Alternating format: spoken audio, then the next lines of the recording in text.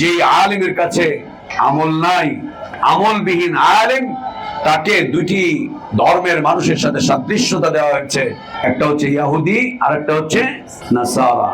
বিসমিল্লাহির রহমানির রহিম। আলহামদুলিল্লাহি রাব্বিল আলামিন, আর রহমানির রহিম, মালিকি ইয়াউমিদ্দিন, ওয়া বিহি নাস্তাঈন, ওয়া আশহাদু আল লা ইলাহা ইল্লাল্লাহু ওয়াহদাহু লা শারীকা লাহু, লাহুল মুলকু ওয়া লাহুল হামদু, ইউহয়ী ওয়া ইউমীতু ওয়া হুয়া আলা কুল্লি শাইইন কাদির, ইলাহুল আউওয়ালিন ওয়াল আখিরিন।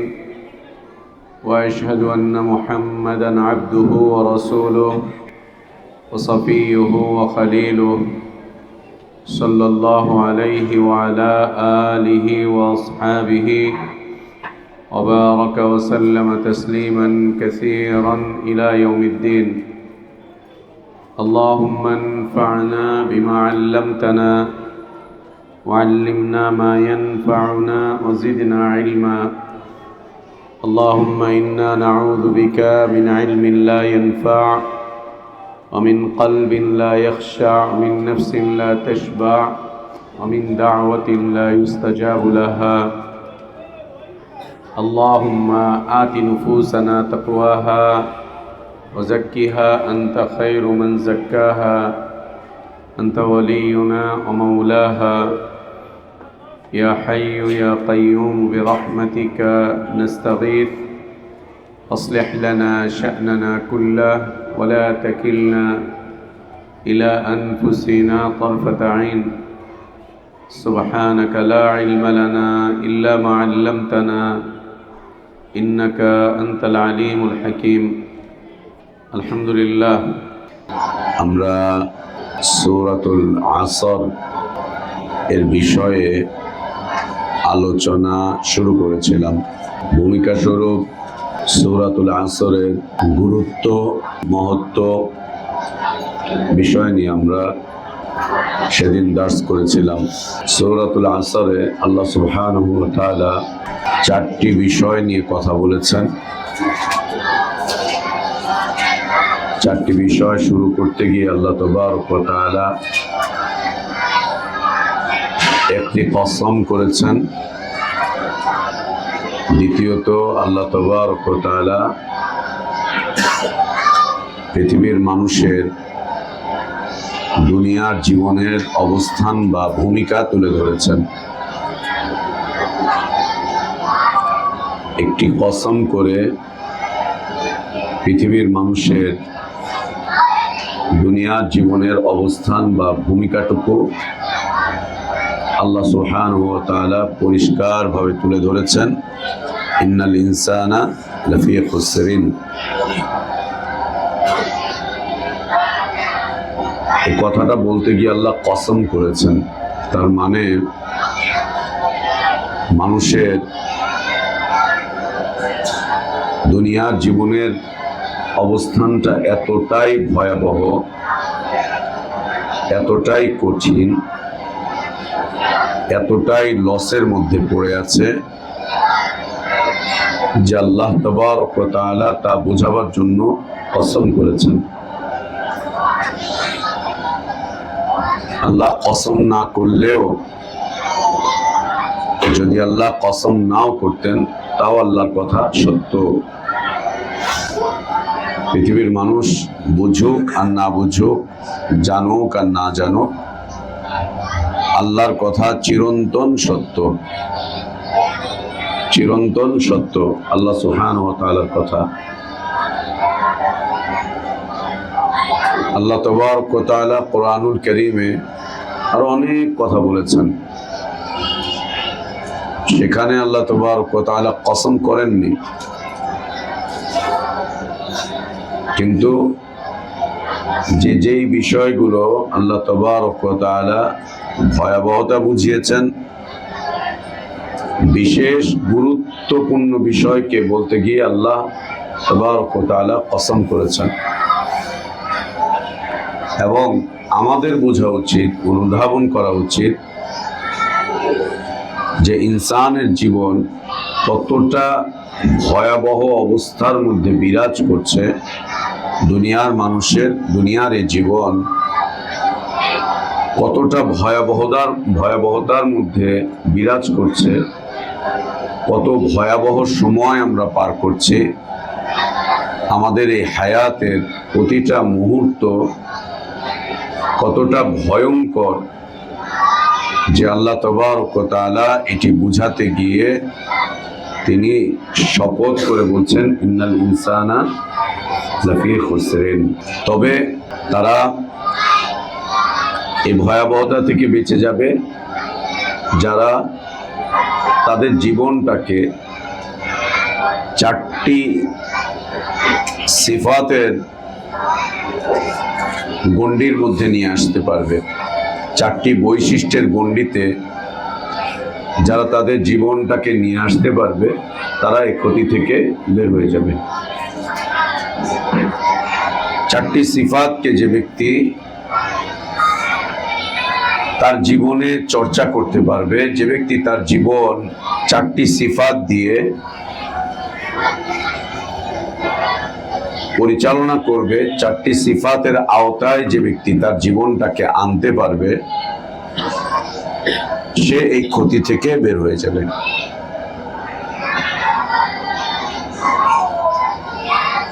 একদিকে যেমন ক্ষতি থেকে বের হবে, অন্যদিকে তার দুনিয়ার জীবনটা হবে চমৎকার সফল, এবং তার এই সফল জীবনটাকে সফল ব্যবসা হিসেবেও আল্লাহ উল্লেখ করেছেন। সফল ব্যবসা আল্লাহ বলছেন ইন্নাল্লাযীনা ইয়াতলুনা কিতাবাল্লাহ ইলম, ইন্নাল্লাযীনা ইয়াতলুনা কিতাবাল্লাহ, ইয়াতলুনা কিতাবাল্লাহ ইয়ানি আল ইলমু ওয়া আকামুস সালাহ আল আমালু ওয়া আনফাকু মিম্মা রাযাকনাহুম সিররান ওয়া আলানিয়া আমল সালেহ ইয়ারজুনা তিজারাতান লান তাবুর, তিজারাতান লান তাবুর। এমন ব্যবসা যে ব্যবসায় কোনো লস নেই, যে ব্যবসায় কোনো লস নেই। ইলম এবং ইলম অনুযায়ী আমলে সালেহ করা, ইলম অনুযায়ী জীবনটাকে চালানো, সাজানো, গুছানো, এমন ব্যবসা যে ব্যবসায় কোনো লস নেই। তিজারাতান লান তাবুর, তিজারাতান লান তাবুর লিওয়াফিয়াহুম উজুরাহুম ওয়া ইয়াজিদুহুম মিন ফাদলিহি ইন্নাহু গফুরুন শাকুর। এর প্রতিদানকে আল্লাহ তাবারক ওয়া তাআলা বৃদ্ধি করবেন অনেক বেশি, ফিদ দুনিয়া ওয়া ফিল আখিরাহ প্রতিদান দিবেন, এবং প্রতিদানকে আল্লাহ প্রতিনিয়ত বৃদ্ধি করতে থাকবেন। তো চারটি সিফাত দিয়ে যে ব্যক্তি তার জীবনটাকে পরিচালনা করবে, যে ব্যক্তি তার জীবন চারটি সিফাত দিয়ে চালাবে, চারটি সিফাতের চর্চা যে ব্যক্তি দুনিয়ার এই জীবনে করবে, আল্লাহ তাবারক ওয়া তাআলা একদিকে তাকে জীবনের ক্ষতি থেকে বের করে আনবেন, জীবনের ক্ষতিকর বিষয়বস্তুগুলো থেকে আল্লাহ তাবারক ওয়া তাআলা তাকে নাজাত দিবেন, তাকে রেহাই দিবেন জীবনের ক্ষতিকর দিকগুলো থেকে। একদিকে ক্ষতিকর দিকগুলো থেকে বেঁচে যাবে, অন্যদিকে আল্লাহ তাবারক ওয়া তাআলা তাকে সফল জীবন দান করবেন। চলি আজকে থেকে আমাদের এই চারটি বিষয়ের উপরে সংক্ষিপ্ত আলোচনা। এই চারটি বিষয়কে একত্রীকরণ করা হয়েছে, আল্লাহ তাবারক ওয়া তাআলা একত্রে আলোচনা করেছেন সূরাতুল আসরে। আল্লাহ বলছেন ইল্লাল্লাযীনা আমানু ওয়া আমিলুস সালিহাত ইন্নাল ইনসানা লাফি খুসরিন, এর থেকে ইস্তিসনা করছেন, বের করে দিচ্ছেন আল্লাহ তাবারক ওয়া তাআলা আল্লাযীনা আমানু ওয়া আমিলুস সালিহাত ওয়া তাওয়াসাউ বিল হক, يعني تواصي بالحق، وتواصوا بالصبر يعني تواصي بالصبر، إلا الذين آمنوا إيمان الله سبحانه وتعالى قرآن الكريم ইমান সংক্রান্ত আয়াত নাজিল করেছেন 1500 কাছাকাছি, 1500 কাছাকাছি ইমান সংক্রান্ত আয়াত, 1500 কাছাকাছি ইমান সংক্রান্ত আয়াত। এত আয়াত অন্য কোনো বিষয়ে আল্লাহ নাজিল করেননি, অর্থাৎ কোরআনুল কারীমের 1/4 ইমান সংক্রান্ত। ইমান সংক্রান্ত বিষয়বস্তু সপক্ষে দলিল স্বরূপ 150টি আয়াত আল্লাহ তাবারক ওয়া তাআলা নাজিল করেছেন। ইমানের বিশেষত্ব সংক্রান্ত আয়াত, ইমানের গুরুত্ব সংক্রান্ত আয়াত, ইমানের মহত্ব সংক্রান্ত আয়াত, ইমানের দাবি সংক্রান্ত আয়াত এবং ইমানের ফলাফল সংক্রান্ত আয়াত। ইমানের পরিচয়, ইমানের গুরুত্ব, ইমানের মহত্ব, ইমানের বিশেষত্ব, ইমানের দাবি এবং ইমানের ফলাফল। এর সাথে সাথে এই 6টা বিষয়ের সমন্বয় আরেকটা বিষয়, সেটি হচ্ছে ঈমান কেন্দ্রিক জীবন যাপনের কিছু ইতিহাস আল্লাহ তাবারক ওয়া তাআলা তুলে ধরেছেন। সিরাত, কিছু সিরাত সংক্ষিপ্ত আকারে, যেমন আসিয়া রাদিয়াল্লাহু আনহার ছোট্ট একটা সিরাত, ছোট্ট একটা সিরাত একদম সংক্ষিপ্ত আকারে আল্লাহ আলোচনা করেছেন। নবী সাল্লাল্লাহু আলাইহি ওয়াসাল্লাম তার ব্যাখ্যা দিয়েছেন, তার সুন্দর ব্যাখ্যা দিয়েছেন। আসিয়া রাদিয়াল্লাহু আনহা একজন নারী, দুর্বল চিত্তের একজন নারী। তিনি ঈমান আনয়নের কারণে খুব জুলম, অত্যাচার আর নির্যাতনের মুখে পড়ে গেলেন। প্রচন্ড জুলম, অন্যায়, অত্যাচার আর নির্যাতনের মুখে পড়ে গেলেন। জালেম তার উপরে জুলুম করতে গিয়ে তার 4 হাত পায়ে বড় বড় লোহার গজাল পুঁতে দিয়ে তাকে যখন নির্মম অত্যাচার করছে, হত্যা করতে যাচ্ছে, তিনি তখন আল্লাহ তাবারক ওয়া তাআলার কাছে দোয়া করেছিলেন, রব্বি ইবনি লি ইনদাকা বাইতান ফিল জান্নাহ ওয়ানাজ্জিনি মিন ফিরআউন ওয়া আমালিহি ওয়ানাজ্জিনি মিনাল কওমিজ যালিমিন। প্রচন্ড জুলম হচ্ছে, প্রচন্ড অত্যাচার হচ্ছে, প্রচন্ড রকম নির্যাতন হচ্ছে, এবং হাদিসের ভাষ্য ফাসাম্মারা ইয়াদাইহা ওয়া রিজলাইহা, তার 4 হাত পাকে, 2 হাতকে এভাবে করে কাঠের সাথে বাঁধা হয়েছে, 2 পাকে কাঠের সাথে বাঁধা হয়েছে, এবং এই হাতের এইখানে বড় বড় লোহার গজাল পুঁতা হচ্ছে, গজাল পুঁতে তাকে আটকানো হয়েছে। রক্তাক্ত ক্ষত বিক্ষত দেহ। এ সময় তিনি আল্লাহর কাছে দোয়া করছেন, জীবনের শেষ দোয়া, শেষ চাওয়া আল্লাহর কাছে তিনি চাইলেন, দোয়া করলেন, রব্বি ইবনি লি ইনদাকা বাইতান ফিল জান্নাহ। হে আল্লাহ, দুনিয়াতে তো আমি ঘর বাড়ি সব হারিয়ে ফেললাম, ঘর বাড়ি হারালাম, পরিবার হারালাম, দুনিয়ার অবস্থান হারালাম, কিছুই তো আর নেই, শুধু ঈমানের কারণে। দুনিয়া আজকে আমার পর হয়ে গিয়েছে, আমার কাছে দুনিয়া আজকে অপরিচিত। আল্লাহর কাছে তিনি তার দুনিয়ার এই হালাত তুলে ধরে বলছেন, ইবনিলি ইনদাকা বাইতান ফিল জান্নাহ, তুমি আমার জন্য তোমার কাছে একটা ঘর নির্মাণ করো জান্নাতে। তুমি আমার জন্য জান্নাতে তোমার কাছে একটা ঘর নির্মাণ করো। আর এই যে ফিরআউন আমার উপরে এই জুলুম আর অত্যাচার করছে, ওর এই জুলুম আর অত্যাচার এইটাই যেন আমার উপরেও শেষ হয়, আমাকে তুমি নাজাত দিয়ে দাও। ওর জুলুম অত্যাচার থেকে আমাকে তুমি রেহাই দাও আল্লাহ, আমাকে রেহাই দাও। মানে আমি আর পারছি না, এই জুলুম আর আমি নিতে পারছি না, এই অত্যাচার আর আমি সহ্য করতে পারছি না আল্লাহ, আমি আর নিতে পারছি না। ও যা চালাচ্ছে আমার উপরে, তুমি আমাকে ফিরআউন থেকে এবং ফিরআউনের নির্যাতন থেকে মুক্তি দাও।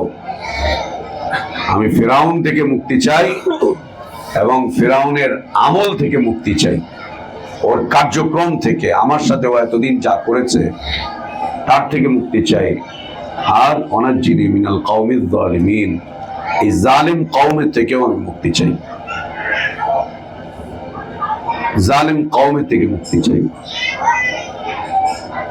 তাহলে কেউ যদি কোনোদিন কোনো মুমিন পুরুষ বা নারী কোন জালিম দ্বারা আক্রান্ত হয়, তাহলে সেই জালিম এর নাম নিয়ে আল্লাহর কাছে বদদোয়া করতে হয়। কোন জালেমের জুলমের দ্বারা যদি কোনো মুসলিম মুমিন নারী বা পুরুষ জুলমের শিকার হয়, অন্যায় আর অত্যাচারের শিকার হয়, তাহলে তার নাম নিয়ে আল্লাহর কাছে বদদোয়া করা যায়, নাম নিয়ে সরাসরি আল্লাহর কাছে বদদোয়া করা যায়, বলা যায়, বলা যায়। তিনি দোয়া করছেন, একটু পরেই তার চেহারায় হাসির ঝিলিক দেখা গেল, হাসছেন। প্রচন্ড অত্যাচারিত অবস্থায়, নির্যাতিত অবস্থায়, ক্ষত বিক্ষত দেহ নিয়ে রক্তাক্ত অবস্থায় তিনি হাসছিলেন। তিনি যখন হাসছেন তখন ফিরআউন জিজ্ঞেস করছিল,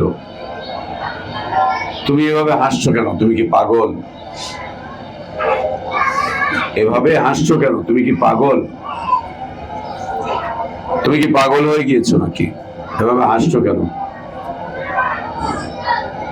জীবনের এই পর্যায়ে পড়ে কোনো মানুষ হাসতে পারে না।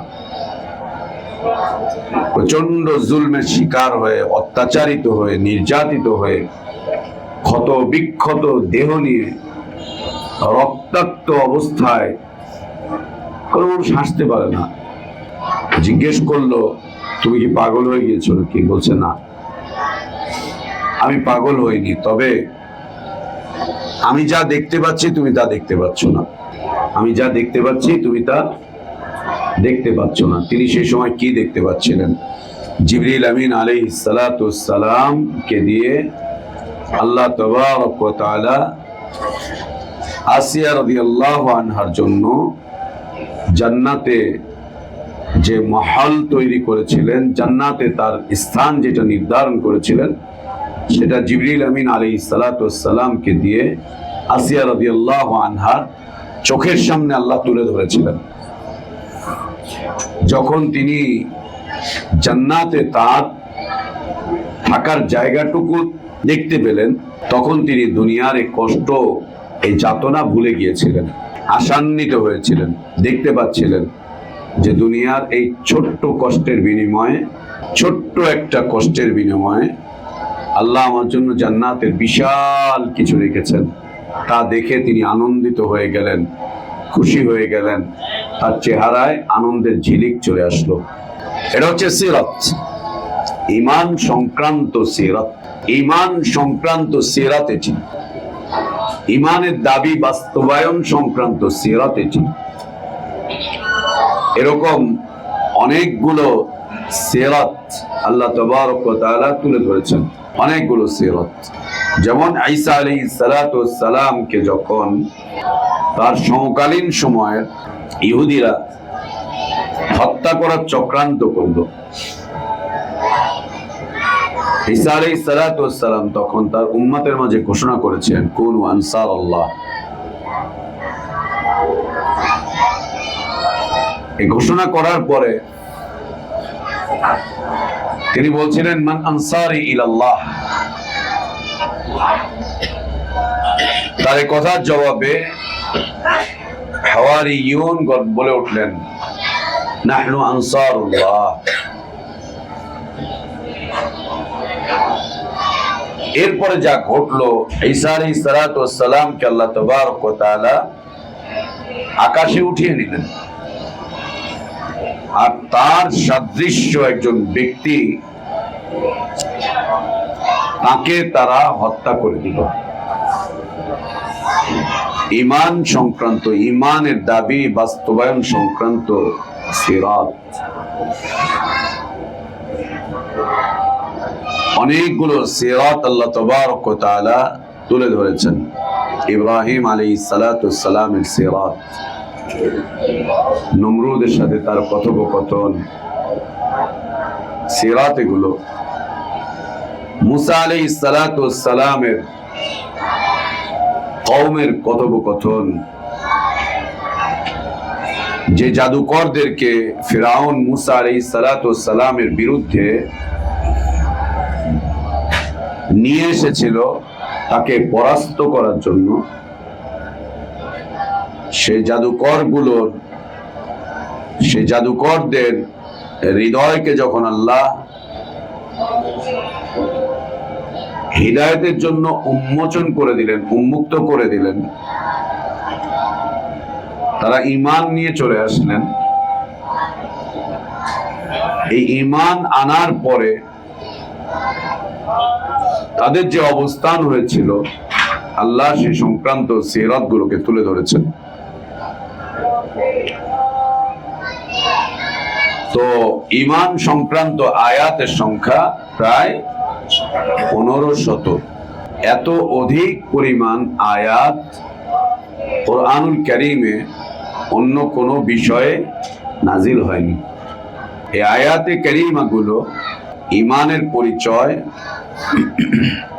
ঈমানের বিশেষত্ব, ঈমানের মহত্ব, ঈমানের গুরুত্ব, ঈমানের দাবি, ঈমানের ফলাফল এবং এই 6টা বিষয়ের সমন্বয়ে আরো একটি বিষয়, তা হচ্ছে ঈমান বিষয়ে কিছু সিরাত আল্লাহ তাবারক ওয়া তাআলা বর্ণনা করেছেন। কিছু সিরাত, ইল্লাল্লাযীনা আমানু, এ হচ্ছে ঈমান, এ হচ্ছে ঈমান।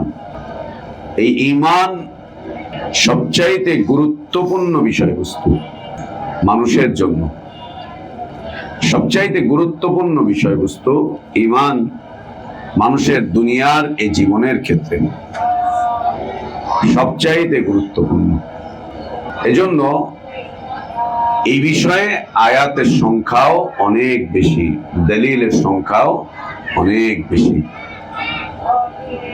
কিন্তু আজীব বিষয়, আমাদের দেশে শিক্ষা ব্যবস্থা থেকে ঈমান সংক্রান্ত বিষয়কে উঠিয়েই দেওয়া হয়েছে, একরকম উঠিয়েই দেওয়া হয়েছে। দ্বিতীয়ত হচ্ছে, যতটুকু রাখা হয়েছে ততটুকু হচ্ছে এত সংক্ষিপ্ত যে মানুষ এর গুরুত্ব, মহত্ব সব হারিয়ে ফেলেছে, খুব সংক্ষিপ্ত। তৃতীয়ত হচ্ছে, যতটুকু আছে তা বলা চলে 90% ভেজাল যুক্ত, 90% ভেজাল যুক্ত। নির্ভেজাল ঈমান সংক্রান্ত আলোচনা আমাদের শিক্ষা ব্যবস্থাতে নেই। এখন এটা কোন শিক্ষা ব্যবস্থা? সরকারি, বেসরকারি? কোন শিক্ষা ব্যবস্থা? স্কুল, কলেজ, বিশ্ববিদ্যালয়? কোন শিক্ষা ব্যবস্থা? আলিয়া মাদ্রাসা, কওমি মাদ্রাসা, মুকাল্লিদিনদের মাদ্রাসা, নাকি নামধারী তথাকথিত নামধারী সহিহ নামধারী আরো কিছু মাদ্রাসা? যদি বলতে হয় তাহলে বলতে হবে সবগুলো জায়গায়, সবগুলো জায়গায় উপেক্ষিত বিষয়বস্তু হচ্ছে ঈমান। সবগুলো জায়গায় উপেক্ষিত বিষয়বস্তু হচ্ছে ঈমানের বিষয়। সেটা স্কুল তো গেছেই, কলেজ তো গেছেই, আর বিশ্ববিদ্যালয় তো এটা নাম গন্ধ ছিটা ফুটা কিচ্ছু নেই। সরকারি মাদ্রাসাও তো বলার অপেক্ষাই রাখে না, তো সরকারি, ও তো সরকারি। আমরা জানি সরকারের কোনো মা বাপ হয় না, সরকারের কোনো মা বাপ নাই, সরকারের কোনো মা নাই, বাপ নাই। এটা দুনিয়ায় কেমনে আসলো আল্লাহ ভালো জানে। সরকারের কোনো মা বাপ হয় না। সরকারের মা বাপ না থাকে তো সরকারি ব্যবস্থাপনায় যে সমস্ত দিনী শিক্ষা আছে, ধর্মীয় শিক্ষা আছে, এগুলোর মা বাপকে, এগুলোর মা বাপকে। এই জন্য দেখা গেছে সরকারি ব্যবস্থাপনায় যে দিনের শিক্ষা ব্যবস্থাপনা শুরু হয়েছে বা চলছে আগে থেকে, অতীত থেকে, সেখানে অমুসলিমরা এসে মানুষকে ইসলামের তালিম দিয়েছে, খ্রিস্টান এসে বুখারী মুসলিম পড়িয়েছে। খ্রিস্টান, আত্মস্বীকৃত খ্রিস্টান, বিদেশ থেকে আমদানি করা হয়েছে খ্রিস্টান, ওদেরকে দিয়ে হাদিস পড়ানো হয়েছে, কোরআন তর্জমা পড়ানো হয়েছে। সরকারি, সরকারি যার কোনো অভিভাবক থাকে না, সবাই ওর অভিভাবক হয়ে যায়। যার কোনো অভিভাবক থাকে না, সবাই তার অভিভাবকত্বের দাবি করে, সবাই অভিভাবকত্বের ভূমিকা দেখাবার চেষ্টা করে। ঠিক একই রকম সরকারি শিক্ষা ব্যবস্থার যে ধর্মীয় শিক্ষা আছে, ইসলামী শিক্ষা আছে, এর কোনো মা বাপ নাই, এজন্য সবাই এটার অভিভাবক। ওই শিক্ষা মন্ত্রণালয়ে দেখবা হিন্দু আছে, বৌদ্ধ আছে, খ্রিস্টান আছে, কাদিয়ানি আছে, রাফেজি, শিয়া আছে, সালাত পরিত্যাগকারী তো অভাবই নেই, ধর্মনিরপেক্ষ আছে, সমাজতন্ত্রী আছে, সাম্রাজ্যবাদী চিন্তা চেতনার লোকজন আছে ওখানে, নাস্তিক পর্যন্ত আছে ওখানে। এমন কোন আকীদার লোক নাই যে লোক এই শিক্ষা ব্যবস্থায় নাই, যে লোক এই শিক্ষা ব্যবস্থায় নাই। তো মা বাপ নাই, সবাই ওর মা বাপ, সবাই ওর মা বাপ। লা ইলাহা ইল্লাল্লাহ, এটি বালা, এটি মুসিবত আমাদের জন্য, এটি বালা, এটি মুসিবত, মুসিবত, এটি অনেক বড় মুসিবত। এটি ঈমান সংক্রান্ত শিক্ষা যদি মুসলিম দেশগুলোতেই উপেক্ষিত হয় এভাবে, তাহলে আর অমুসলিম দেশে আমরা অমুসলিমদের কাছে কি ঈমানের দাওয়াত দিব? কোন ঈমানের দাওয়াত দিব মুসলিমদেরকে? এবং হয়েছেও তাই। আজ আমাদেরকে, আমাদের উলামাদেরকে সময় পার করতে হচ্ছে মুসলিমদের ঈমান মেরামতের কাজে, মুসলিমদের ঈমান মেরামতের কাজে হায়াত ব্যয় হয়ে যাচ্ছে, শেষ হয়ে যাচ্ছে। অমুসলিমদের দ্বারে ইসলাম আজ আর আমরা নিয়ে যেতে পারছি না, আমাদের উলামাগণ আর নিয়ে যেতে পারছেন না মুসলিমদের দ্বারে দ্বারে দ্বীনের দাওয়াত, ইসলামের দাওয়াত। কেন? মুসলিমদেরকে মেরামত করতে করতে রাত দিন পার হয়ে যাচ্ছে, এবং যে সমস্ত বাধা বিপত্তি অমুসলিমদের থেকে আসার কথা ছিল, আজ সে সমস্ত বাধা বিপত্তি কাদের থেকে আসছে? মুসলিমদের থেকে। সুন্নাতের কথা বলবে, মাযহাবীরা এসে না করবে তোমাকে। তাওহীদের কথা বলবে, পীরবাদ, সুফিবাদ, মুকাল্লিদিন এসে তোমাদেরকে বলবে না এগুলো চলবে না, এগুলো হবে না। যে বাধা বিপত্তি আল্লাহ নবী সাল্লাল্লাহু আলাইহি ওয়াসাল্লামকে মক্কার মুশরিকরা দিয়েছিল, সেই বাধা বিপত্তি আজকে আমাদেরকে ইসলামের ধ্বজাধারী তথাকথিত নামধারী উলামা হযরতগণ দিচ্ছেন। আল্লাহ বলছেন দেখো, আমান আযলাম মিম্মান মানা মাসাজিদাল্লাহি আন ইউযকারা ফিহা ইসমুহু ওয়া সাআ ফি খারাবিহা। মক্কার মুশরিকদের বিষয় ঠিক, এরপরে আহলে কিতাবের ইহুদিদের নাসারাদের বিষয় ঠিক। আল্লাহর নবীকে সাল্লাল্লাহু আলাইহি ওয়াসাল্লাম সাহাবীদেরকে বাইতুল্লাহ সালাত আদায় করতে দিতে চাচ্ছিল না, ওরা বের করে দিচ্ছে, মারছে, কাটছে। প্রকাশ্যে আল্লাহর ইবাদতের ক্ষেত্রে ওরা বাধা হয়ে দাঁড়াচ্ছে, বের করে দিচ্ছে, এই করছে অনেক কিছু। ঠিক এই চিত্র দেখো আজ কোরআন এবং সুন্নাহর বিশুদ্ধ অনুসারীদেরকে তথাকথিত নামধারী মুসলিম সমাজ এভাবে করে জুলুম অত্যাচার করছে, বের করে দিচ্ছে, মারছে, এদের উপরে অপবাদ আরোপ করছে, অনেক কিছু অনেক কিছু অনেক কিছু। যা আসার কথা ছিল অমুসলিমদের থেকে, তা আজকে দুর্ভাগ্যক্রমে আমরা পাচ্ছি। তো ঈমান সংক্রান্ত শিক্ষা আজ মুসলিম সমাজেই উপেক্ষিত। আক্রমণের শিকার, প্রতিবন্ধকতার শিকার, আক্রমণের শিকার ঈমান সংক্রান্ত শিক্ষা, প্রতিবন্ধকতার শিকার, জুলম, অন্যায় আর অত্যাচারের শিকার মুসলিম সমাজে।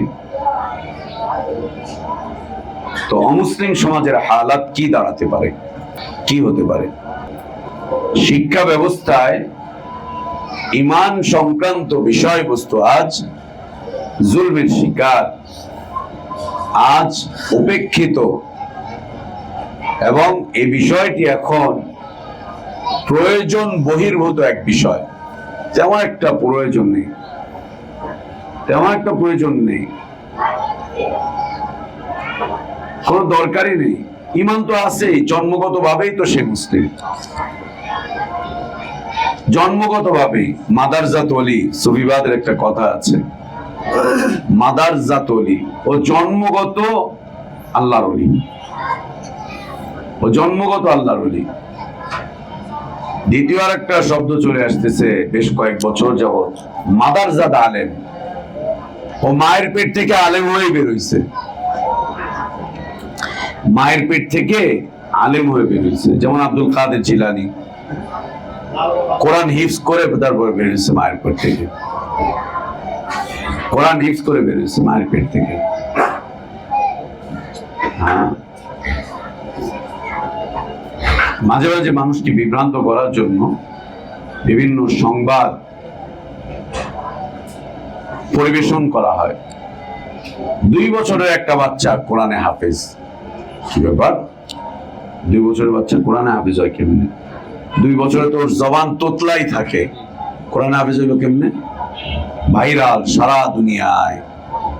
কি হয়েছে? ও মায়ের পেট থেকে হাফেজ হয়ে বেরিয়েছে। অথচ আল্লাহ তাবারক ওয়া তাআলা নাকচ করছেন এই বিষয়টি। আল্লাহু আখরাজাকুম মিন বুতুনি উম্মাহাতিকুম লা তা'লামুনা শাইআ। আল্লাহ তোমাদেরকে তোমাদের মায়েদের পেট থেকে বের করেছেন এমন হালাতে, লা তা'লামুনা শাইআন, তোমরা কিচ্ছুই জানতে না, শাইআন কিচ্ছু না, এক যাররা পরিমাণ কোনো জ্ঞান তোমরা তোমাদের মায়ের পেট থেকে নিয়ে বেরোতে পারো না। সেই জায়গায় ও কোরআনে হাফেজ হয়ে বেরোচ্ছে, কোরআনে হাফেজ হয়ে বেরোচ্ছে। 2 বছর 3 বছর বয়সে ও পুরো কোরআন হাফেজ। কেমনে?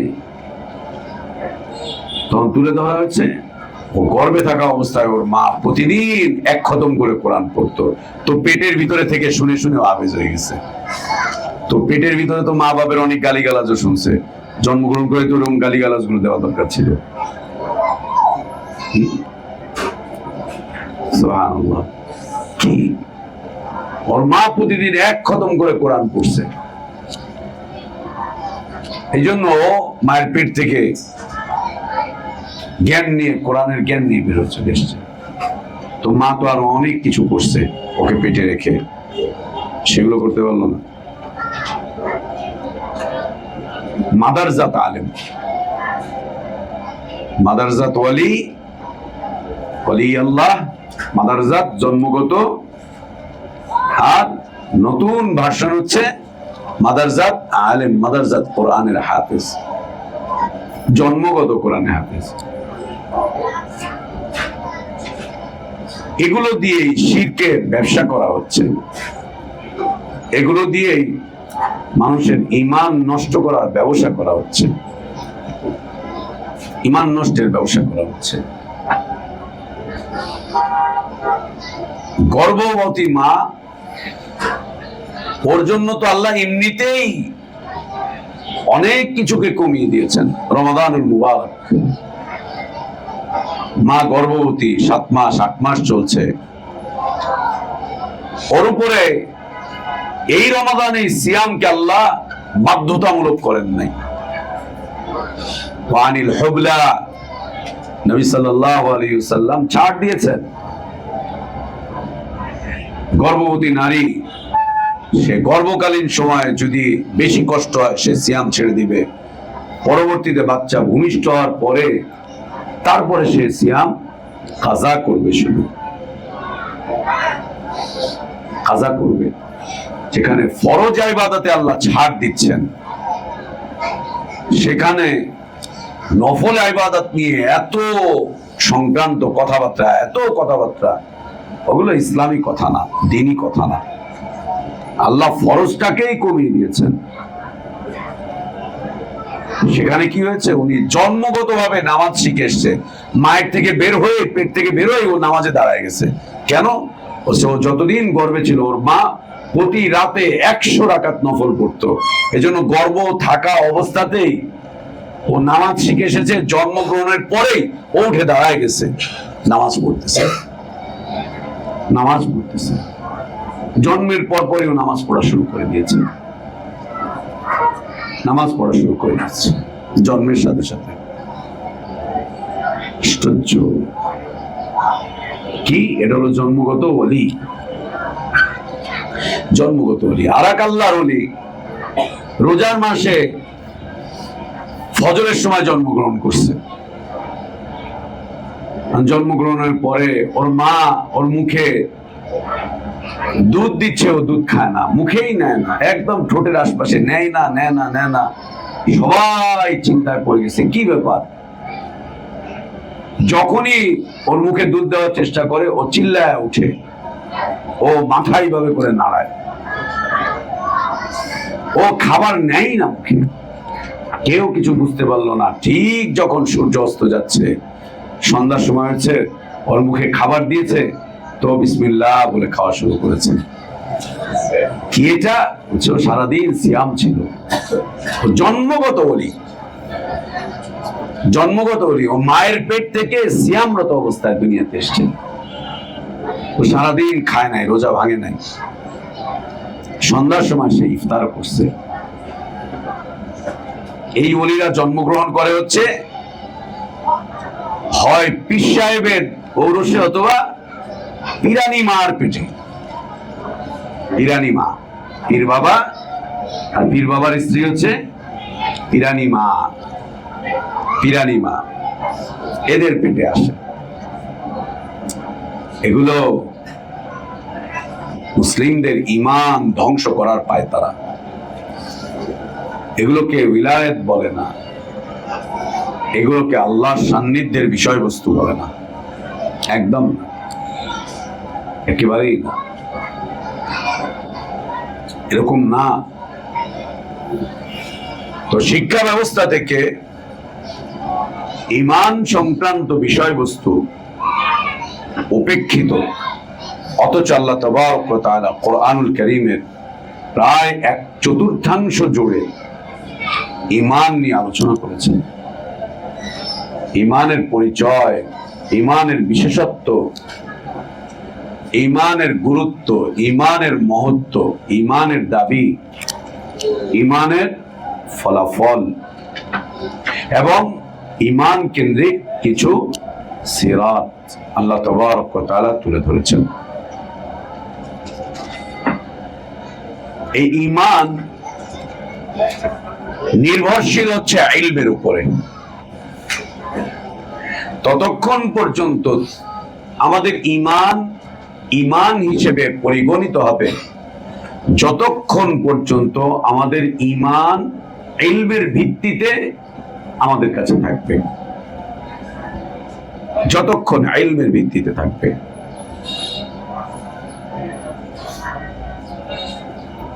এই ইমান ইলমের উপরে প্রতিষ্ঠিত থাকতে হবে। এই ইমানের ভিত্তি হচ্ছে ইলম, ইমানের ভিত্তি হচ্ছে ইলম। ততক্ষণ ইমান ইমান হিসাবে থাকবে যতক্ষণ পর্যন্ত ইমানটা ইলমের উপরে প্রতিষ্ঠিত থাকবে। ইমানটা যতক্ষণ পর্যন্ত ইলমের উপরে প্রতিষ্ঠিত থাকবে। লিখতে জানতে হবে বিষয়টা এরকম না, পড়তে জানতে হবে বিষয়টা এরকম না।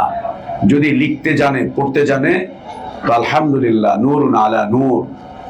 যদি লিখতে পড়তে নাও জানে তারপরেও তাকে ইমান সংক্রান্ত ইলম অর্জন করতে হবে। সে শুনবে, শুনে শুনে তার জেহেনে নিয়ে আসবে, শুনে শুনে সেইগুলোকে আত্মস্থ করবে, শুনে শুনে সে এর উপরে নিজেকে সাজাবে, গুছাবে, শুনে শুনে সে এটাকে চর্চা করবে, শুনবে। এবং এই শোনাটা ওই রাস্তায় টং দোকানের শোনা না, এই শোনাটা রাজনৈতিক পার্টি অফিসের থেকে ইমান সংক্রান্ত বিষয় শুনবে না, নেতাদের মুখে না, পার্টি অফিসে না, রাস্তার মোড়ে ওই টং দোকানে না। এই শোনাটা বাপদাদা 14 গোষ্ঠীর থেকে শোনা না। এই শোনা ওই পীর ওলিয়া উলিয়া মুরিদ মুর্শিদ ওদের থেকে শোনা না। এই শোনা হতে হবে অবশ্যই ইলমি মাজলিস থেকে।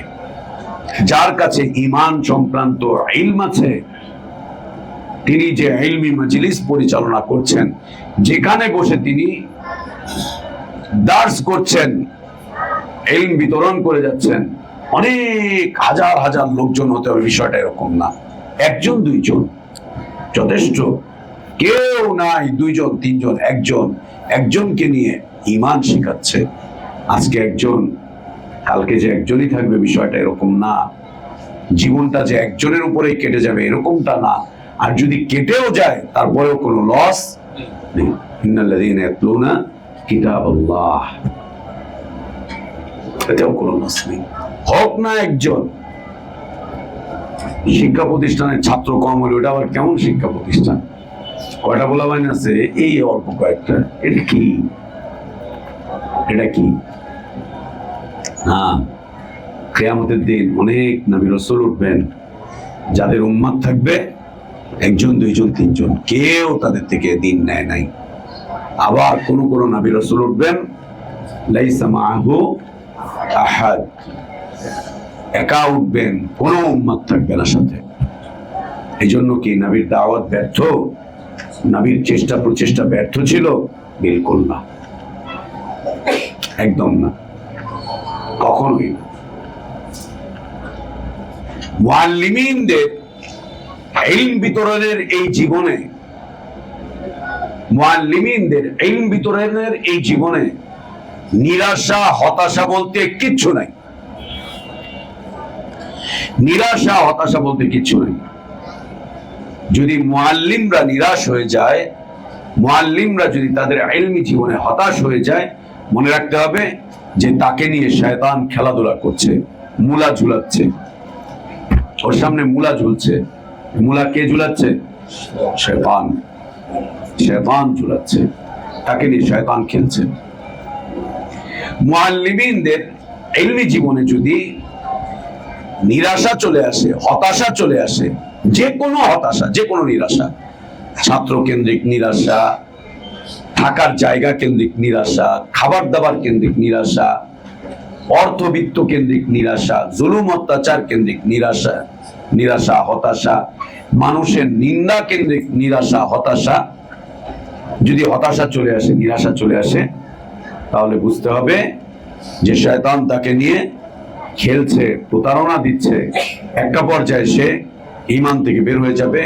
আল্লাহ বলছেন, ওয়া ইয়াকনাতু মির রাহমাতি রাব্বিহি ইল্লা দাল্লুন। আল্লাহ হতাশ হতে নিষেধ করেছেন, ওয়ালা তাহিনু ওয়ালা তাহজানু ওয়া আনতুমুল আ'লাউনা ইন কুনতুম মুমিনিন। মুআল্লিমিনদের জীবনে যেন কোনোদিন হতাশা না আসে, কোনোদিন না, কোনোদিন না। ছাত্র নেই তাও হতাশা নেই। তুমি দার্সে বসেছো, কোনো ছাত্র নেই, এরপরেও বসে থাকো। মসজিদে নববীতে গেলে এরকম কিছু কিছু চিত্র দেখা যায়।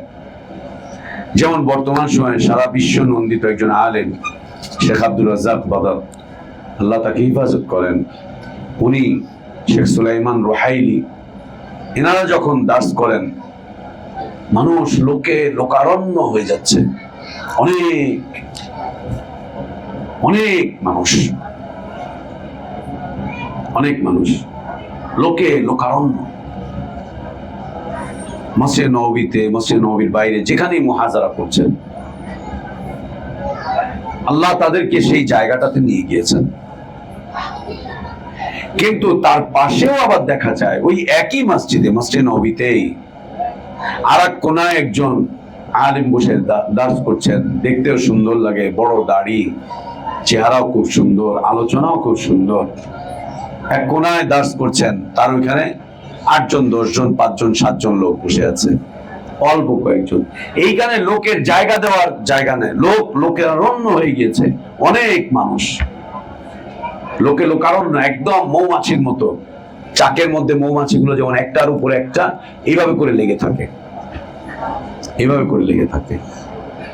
এবং আজীব বিষয়, যদি তুমি মসজিদে নববীতে রাতে তাহাজ্জুদের সময় ঢুকো, 2:30 3টার সময় ঢুকলেই দেখতে পাবা যে শেখ আব্দুর রাজ্জাক বাদর যেখানে দার্স করেন, ওখানে মানুষজন এসে তখন থেকেই জায়গা নিয়ে বসা শুরু করে দিয়েছে। তাহাজ্জুদের সময় এসে জায়গা দখল করে ওস্তাদের একদম সামনে বসবে।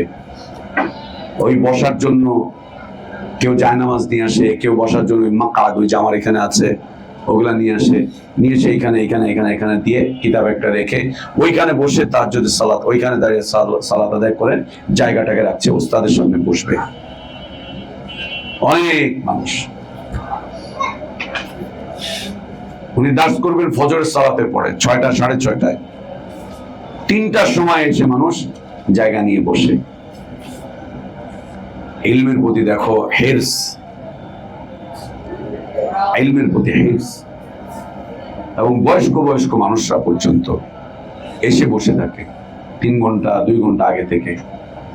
আসরের সালাতের পরে অথবা মাগরিবের সালাতের পরে দার্স করবেন। যদি আসরের সালাতের পরে দার্স হয়, তো জোহরের পর থেকে দেখা যায় যে মানুষ এসে ওখানে জায়গা দিচ্ছে। মাগরিবের পরে হলে আসরের পর থেকে নিয়ে জায়গা নিয়ে বসছে।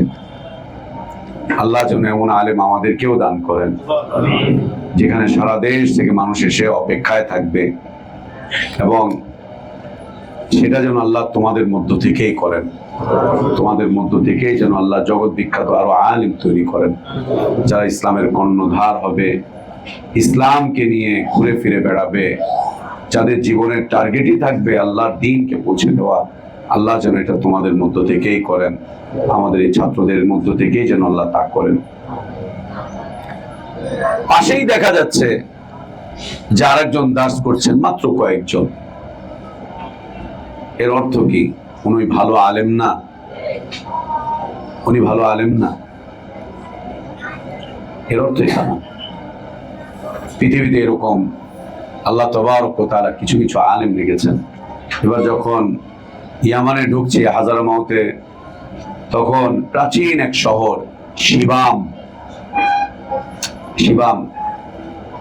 এই শিবাম এলাকায় 500 বছর আগের বাড়িঘর আছে, এখনো মাটির বাড়িঘর, বয়স 500 বছর।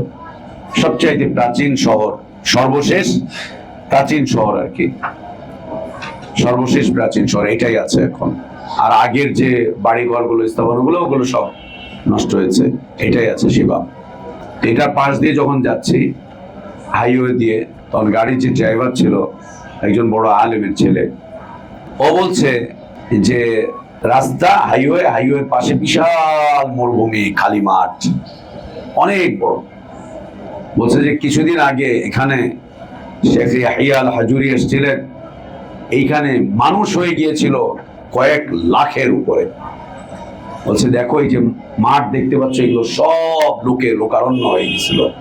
উনি এখানে আসছিলেন দার্স করতে, লোকারণ্য হয়ে গিয়েছিল।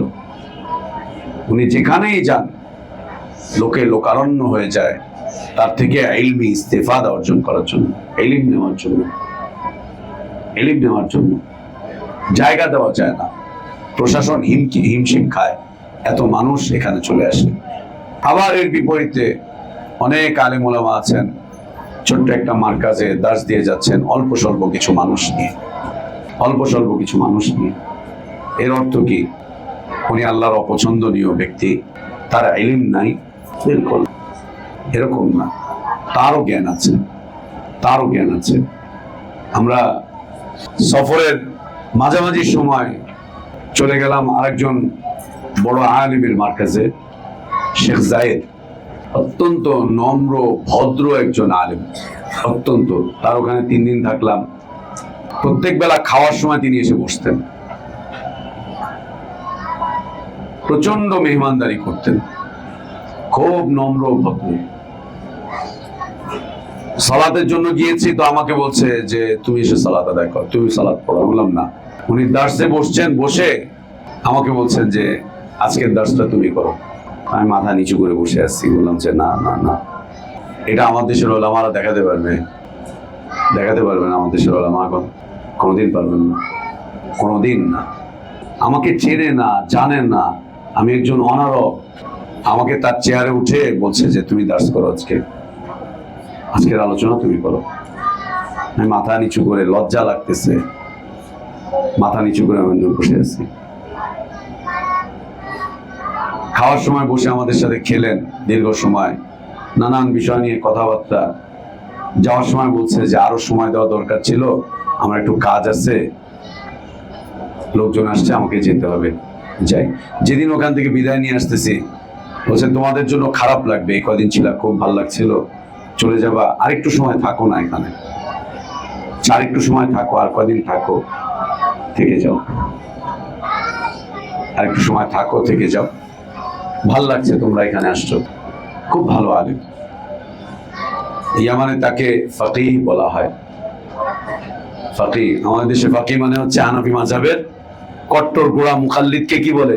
ফকিহুল মিল্লাত। আর এক ফকিহুল মিল্লাত মরছে, ওর জিকির করাইতো মানুষকে।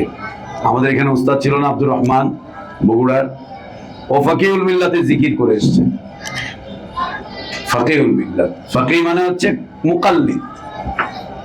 আমাদের দেশের ফাকিহ ইয়ানি মুকাল্লিদ, তিনি ফাকিহ। ওনার কয়েকটা কিতাব আমার কাছে আছে, সুন্দর কিতাব। যদি পরিবেশ পরিস্থিতি সব ভালো থাকে, উনি আমাদের হাদিস পড়াবার জন্য কোরবানির পরে আসছেন ইনশাআল্লাহ। হাদিস পড়াবার জন্য ইনশাআল্লাহ কোরবানির পরে আসছেন ইনশাআল্লাহ আমাদের এখানে ইনশাআল্লাহ। তো এতটুকু কথা হয়েছে তার সাথে, যে উনি আসবেন, এসে আমাদের এখানে হাদিসের দার্স দিবেন ধারাবাহিকভাবে। আমরা ছাত্ররা, ওস্তাদরা সবাই তার কাছে হাদিস পড়বো ইনশাআল্লাহ। অথচ অল্প কিছু ছাত্র তার মার্কাজে পড়াচ্ছেন তিনি, অল্প কিছু ছাত্র। তার দার্সে বসলাম। একদিন মাগরিবের পরে তিনি রিবা নিয়ে এত জ্ঞান গর্ব আলোচনা করলেন, রিবা নিয়ে, যাকাত এবং রিবা, এই নিয়ে এত জ্ঞান গর্ব আলোচনা করলেন। আল্লাহু আকবার, এত চমৎকার আলোচনা করলেন যাকাত আর রিবা এই নিয়ে, খুব চমৎকার সুন্দর আলোচনা করলেন, দার্স করলেন বুলুগুল মারাম থেকে। এর অর্থ কি? অল্প স্বল্প কিছু ছাত্র, এর অর্থ কি নিরাশা, হতাশা? না, বিলকুল না। ছাত্র কমবে, ছাত্র বাড়বে। কখনো কখনো মুআল্লিমিনদের সামনে কোনো ছাত্রই থাকবে না। মনে রেখো, তোমার সামনে আজকে ছাত্র নেই এর অর্থ তুমি ছাত্র শূন্য না। হতে পারে আল্লাহ কোনো জিনকে তোমার সামনে বসিয়ে রেখেছেন, তোমার থেকে ওরা ইস্তেফাদা নিচ্ছে। আমাদের এখানে ছাত্র আছে না, তোমরা জানা আছে না জিন ছাত্রদের কথা? আলহামদুলিল্লাহ, জিনরা এখানে কোরআন হিফজ করে, জিনরা হাদিস পড়ে, আকীদা শেখে, দ্বীন শেখে এখানে এসে। যা দেখা যাচ্ছে তোমাদেরকে দেখা যাচ্ছে, এর বাইরে তো আরো অনেকেই আছে, অনেকেই থাকে, একদম স্বাভাবিক বিষয়। এই জন্য যেন হতাশা না আসে, নিরাশা না আসে। ইলমি জীবনে হতাশা, সেটা মুআল্লিমিনদের হোক অথবা তালিবে ইলমদের হোক, হতাশা এনে দেয় কে? শয়তান। হতাশা এনে দেয় শয়তান, শয়তান এনে দেয়। শয়তান খেলছে, মনে রাখতে হবে যে শয়তান খেলছে, শয়তান খেলছে। এই খেলায় শয়তানকে আগাতে দেওয়া যাবে না, একদম না, সাবধানতার সাথে থাকতে হবে। তো ঈমান ইলমের উপরে ভিত্তি করে প্রতিষ্ঠিত থাকে বান্দার হৃদয়, ইলমের উপরে। ঈমানের ভিত্তি হচ্ছে ইলম, ঈমানের ভিত্তি হচ্ছে ইলম। ইলমবিহীন ঈমান ওইটা ঈমান না। ইলমবিহীন ঈমান কখনো থাকতে পারে না। যেই ইলমের সপক্ষে, যে ঈমানের সপক্ষে ইলম নাই, যে ঈমানের সপক্ষে ইলম নাই, ওইটা ঈমান না, ওইটা গুমরাহি, ওইটা গুমরাহি। যে ঈমান এর সপক্ষে ইলম থাকে না, ওইটা গুমরাহি, ওইটা ঈমান না, ওইটা গুমরাহির আলামত, ওইটা পথভ্রষ্টতার আলামত। ইলমবিহীন ঈমানের উপরে টিকে থাকা যাবে না। ইলমবিহীন ঈমান ঈমান না। ইলম ঈমানকে প্রতিষ্ঠিত রাখে। এজন্য কেউ যদি লিখতে নাও জানে, পড়তে নাও জানে, তাকে ইলমি মাজলিসে আসতে হবে, ইলমি মাজলিসে তাকে অংশগ্রহণ করতে হবে, ইলমি মাজলিসে অংশগ্রহণ করতে হবে, ইলমি মাজলিসে তাকে থাকতে হবে। ইলম, ঈমান সংক্রান্ত ইলম তাকে শুনতে হবে, আত্মস্থ করতে হবে এবং আহলে ইলমদের সাথে থেকে তাকে ঈমান চর্চা করতে হবে। আহলে ইলমদের সাথে থেকে ঈমান চর্চা করতে হবে। যেমন অনেক সাহাবী ছিলেন, লিখতে জানতেন না, পড়তে জানতেন না, উম্মি ছিলেন। তারা বলতেন নাহনু উম্মাতুন উম্মিয়া লা নাকতুবু ওয়া লা নাকরা। আমরা নিরক্ষর এক জাতি, আমরা লিখতে জানি না, আমরা পড়তে জানি না। লিখতেও জানতেন না, পড়তেও জানতেন না, কিন্তু জীবন পরিচালনা করেছিলেন কাদের সাথে? আহলে ইলমদের সাথে, আহলে ইলমদের সাথে, আহলে ইলমদের সাথে জীবন পরিচালনা করেছেন। ইলমি মাজলিসে দ্বারা সময় ব্যয় করেছেন, সময় পার করেছেন ইলমি মাজলিসগুলোতে। এতে করে আল্লাহ তাবারক ওয়া তাআলা তাদের ঈমানকে মজবুত রেখেছেন, তাদেরকে ঈমানের উপরে অটল অবিচল রেখেছিলেন। এতে করে আল্লাহ তাবারক ওয়া তাআলা তাদের মাধ্যম দিয়ে ঈমানের খিদমত দিয়েছেন, ঈমানের খিদমত দিয়েছেন। তো আহলে ইলমগণ ইলমকে ঈমানের স্তম্ভ বলেছেন, ঈমানের ভিত্তি। ঈমানের ভিত্তি হচ্ছে ইলম। ইলমবিহীন ঈমান ঈমান না। ইলমবিহীন ঈমান চর্চা ওটা গুমরাহি চর্চা, ওটা পথভ্রষ্টতার চর্চা। ইলমবিহীন ঈমানের দাওয়াত ওইটা ঈমানের দাওয়াত না, ওটা গুমরাহির দাওয়াত।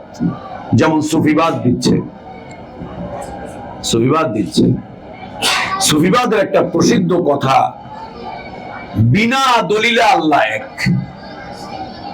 বিনা দলিলে আল্লাহ এক। আস্তাগফিরুল্লাহ ওয়া আতুবু ইলাইহি।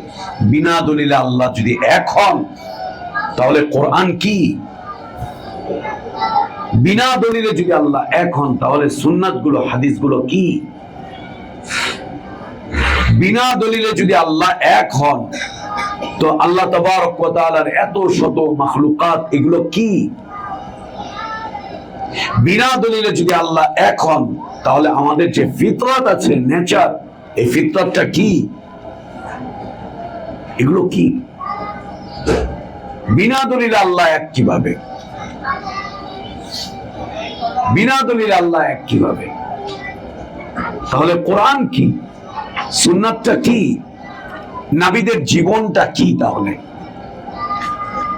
নবীদের জীবনটা কি? নবীদের এত মেহনত, এগুলো কি? এগুলো কি? লা ইলাহা ইল্লাল্লাহ। আর এক গ্রুপ ঈমান আমলের দাওয়াত দেয়, কোনো দলিল নাই, কিচ্ছু নেই।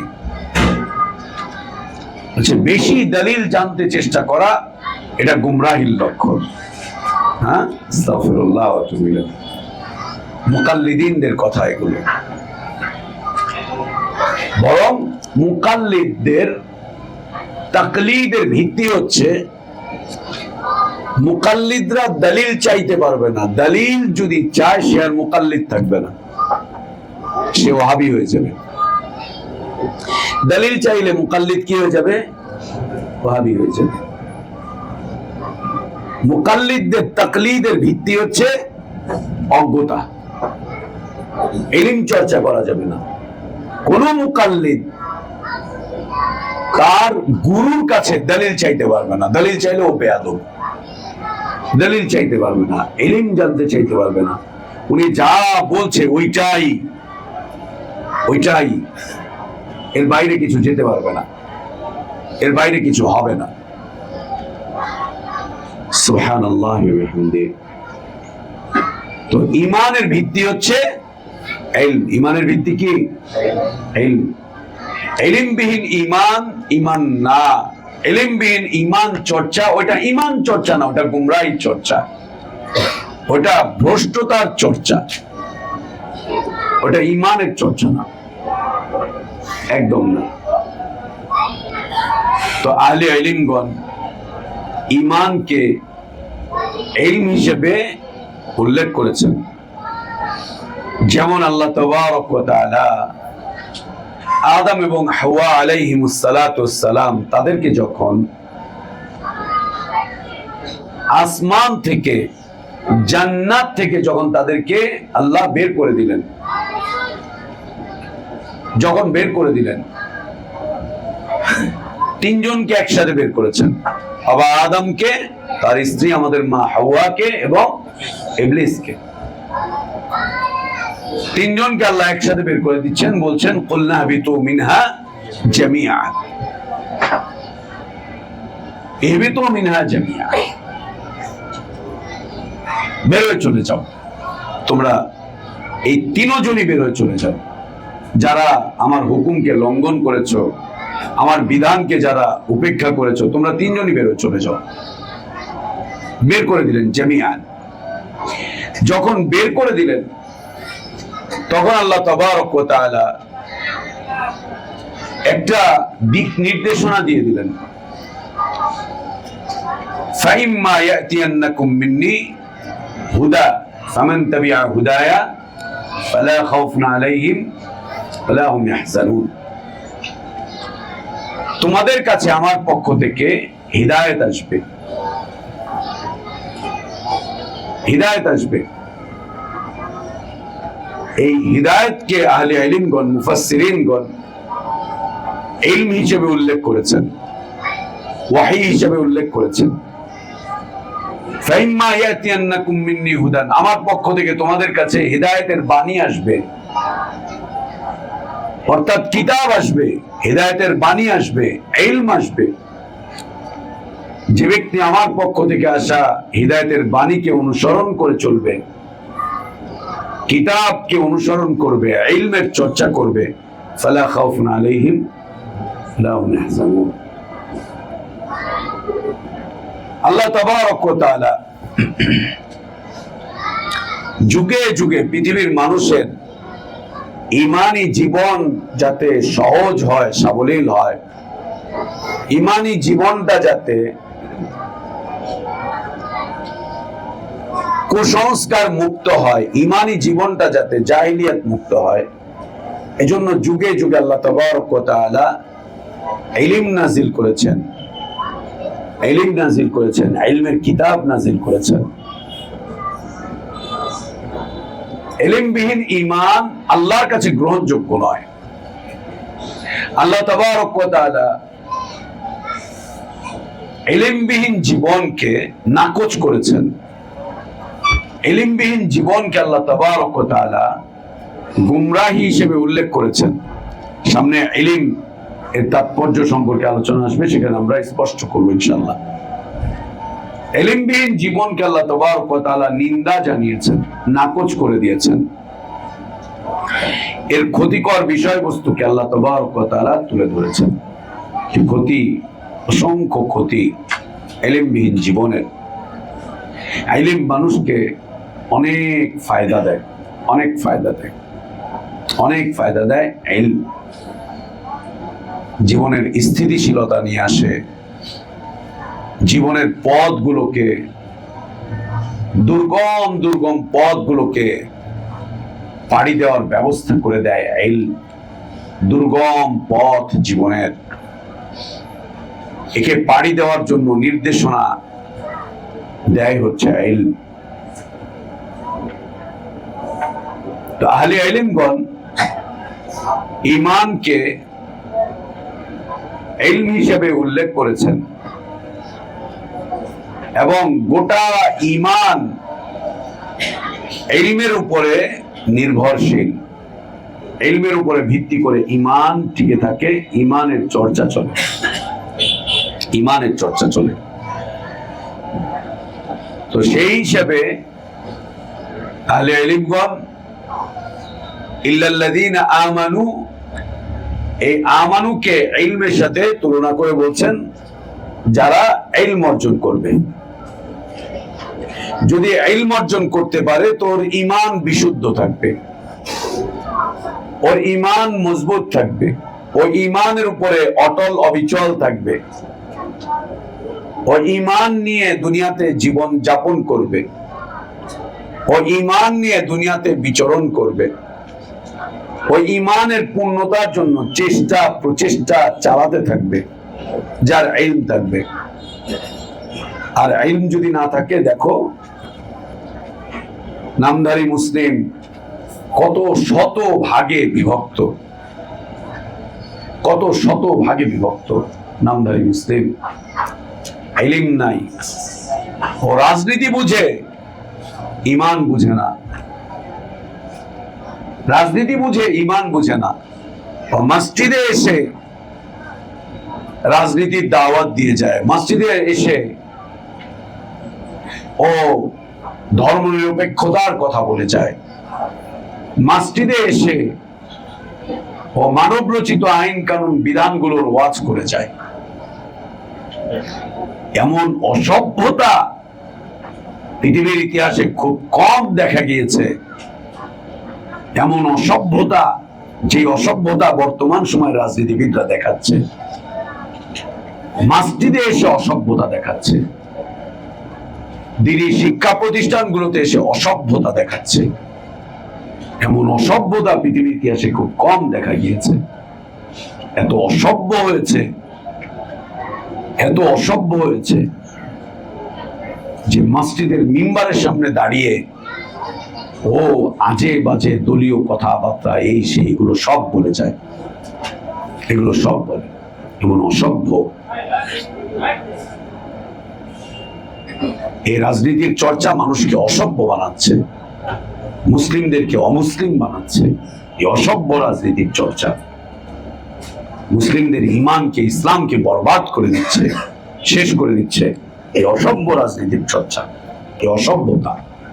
তো ঈমান মজবুত থাকবে, ঈমানের উপরে অটল থাকতে পারবে, অবিচল থাকতে পারবে যতক্ষণ পর্যন্ত ইলমের চর্চা থাকবে। যখনই ইলমের চর্চা বন্ধ হয়ে যাবে, তখনই ঈমান বরবাদ হয়ে যাবে, ঈমান বিনষ্ট হয়ে যাবে, ঈমান তোমাকে রেখে দিয়ে চলে যাবে, ঈমান তোমাকে রেখে দিয়ে চলে যাবে। আল ঈমানু ইয়াজিদু ওয়া ইয়ানকুসু, ঈমান বাড়ে এবং কমে। এবং কখনো কখনো মানুষ ঈমান থেকে বের হয়ে যায়। আল্লাহ বলছেন ইন্নাল্লাযীনা আমানু সুম্মা কাফারু সুম্মা আমানু সুম্মা কাফারু সুম্মা ইজদাদু কুফরা। ঈমান আনে আবার কাফের হয়ে যায়, আবার ঈমান আনে আবার কাফের হয়ে যায়, সুম্মা ইজদাদু কুফরা। অতঃপর আল্লাহ তার কুফরিকে বৃদ্ধি করে দেন, তার কুফরিকে বৃদ্ধি করে দেন। ওর কুফরি বাড়তে থাকে, ওর কুফরি চর্চা আরো এগিয়ে যায়, আরো মজবুত ভাবে ও কুফরির দিকে ধাবিত হয়ে যায়। ও কুফরিটাকে ঈমান হিসাবে দেখে, কুফরিটাকে ঈমান হিসাবে দেখে, ঈমান হিসাবে দেখে কুফরিটাকে। সুবহানাল্লাহ। ইলমবিহীন ঈমান চর্চার অনেক কুপ্রভাব, অনেক কুপ্রভাব, ইলমবিহীন ঈমান চর্চার অনেক কুপ্রভাব। তার মধ্যে সবচাইতে বড় কুপ্রভাব হচ্ছে কখন যে ঈমান থেকে বের হয়ে যাবে ব্যক্তি নিজেও জানবে না যে আমি আমার ঈমান হারিয়ে ফেলেছি। ব্যক্তি নিজেও জানবে না যে কখন সে তার ঈমানকে হারিয়ে ফেলেছে, ঈমান হারিয়ে গিয়েছে। ও নিজেও জানবে না যে কখন তার ঈমান হারিয়ে গিয়েছে, ঈমান তাকে রেখে দিয়ে চলে গিয়েছে, ওর জায়গায় বসে আছে, ঈমান ওকে রেখে দিয়ে চলে গিয়েছে অন্য জায়গায়। ওয়াইন তাতাওয়াল্লাউ ইস্তাবদিল কওমান গায়রাকুম সুম্মা লা ইয়াকুনু আমসালুকুম। ঈমান ফেলে রেখে দিয়ে চলে যাবে, একা হয়ে যাবা, শূন্য হাতে বসে থাকবা, মনে করে যে অনেক ঈমান আছে, অনেক ঈমান আছে। শয়তান তাকে এইদিকে সুশোভিত করে দেখায়, ওয়াযায়্যানা লাহুমুশ শাইতানু আ'মালাহুম ফাসাদ্দাহুম আনিস সাবিলি ফাহুম লা ইয়াহতাদুন, ফাহুম লা ইয়াহতাদুন।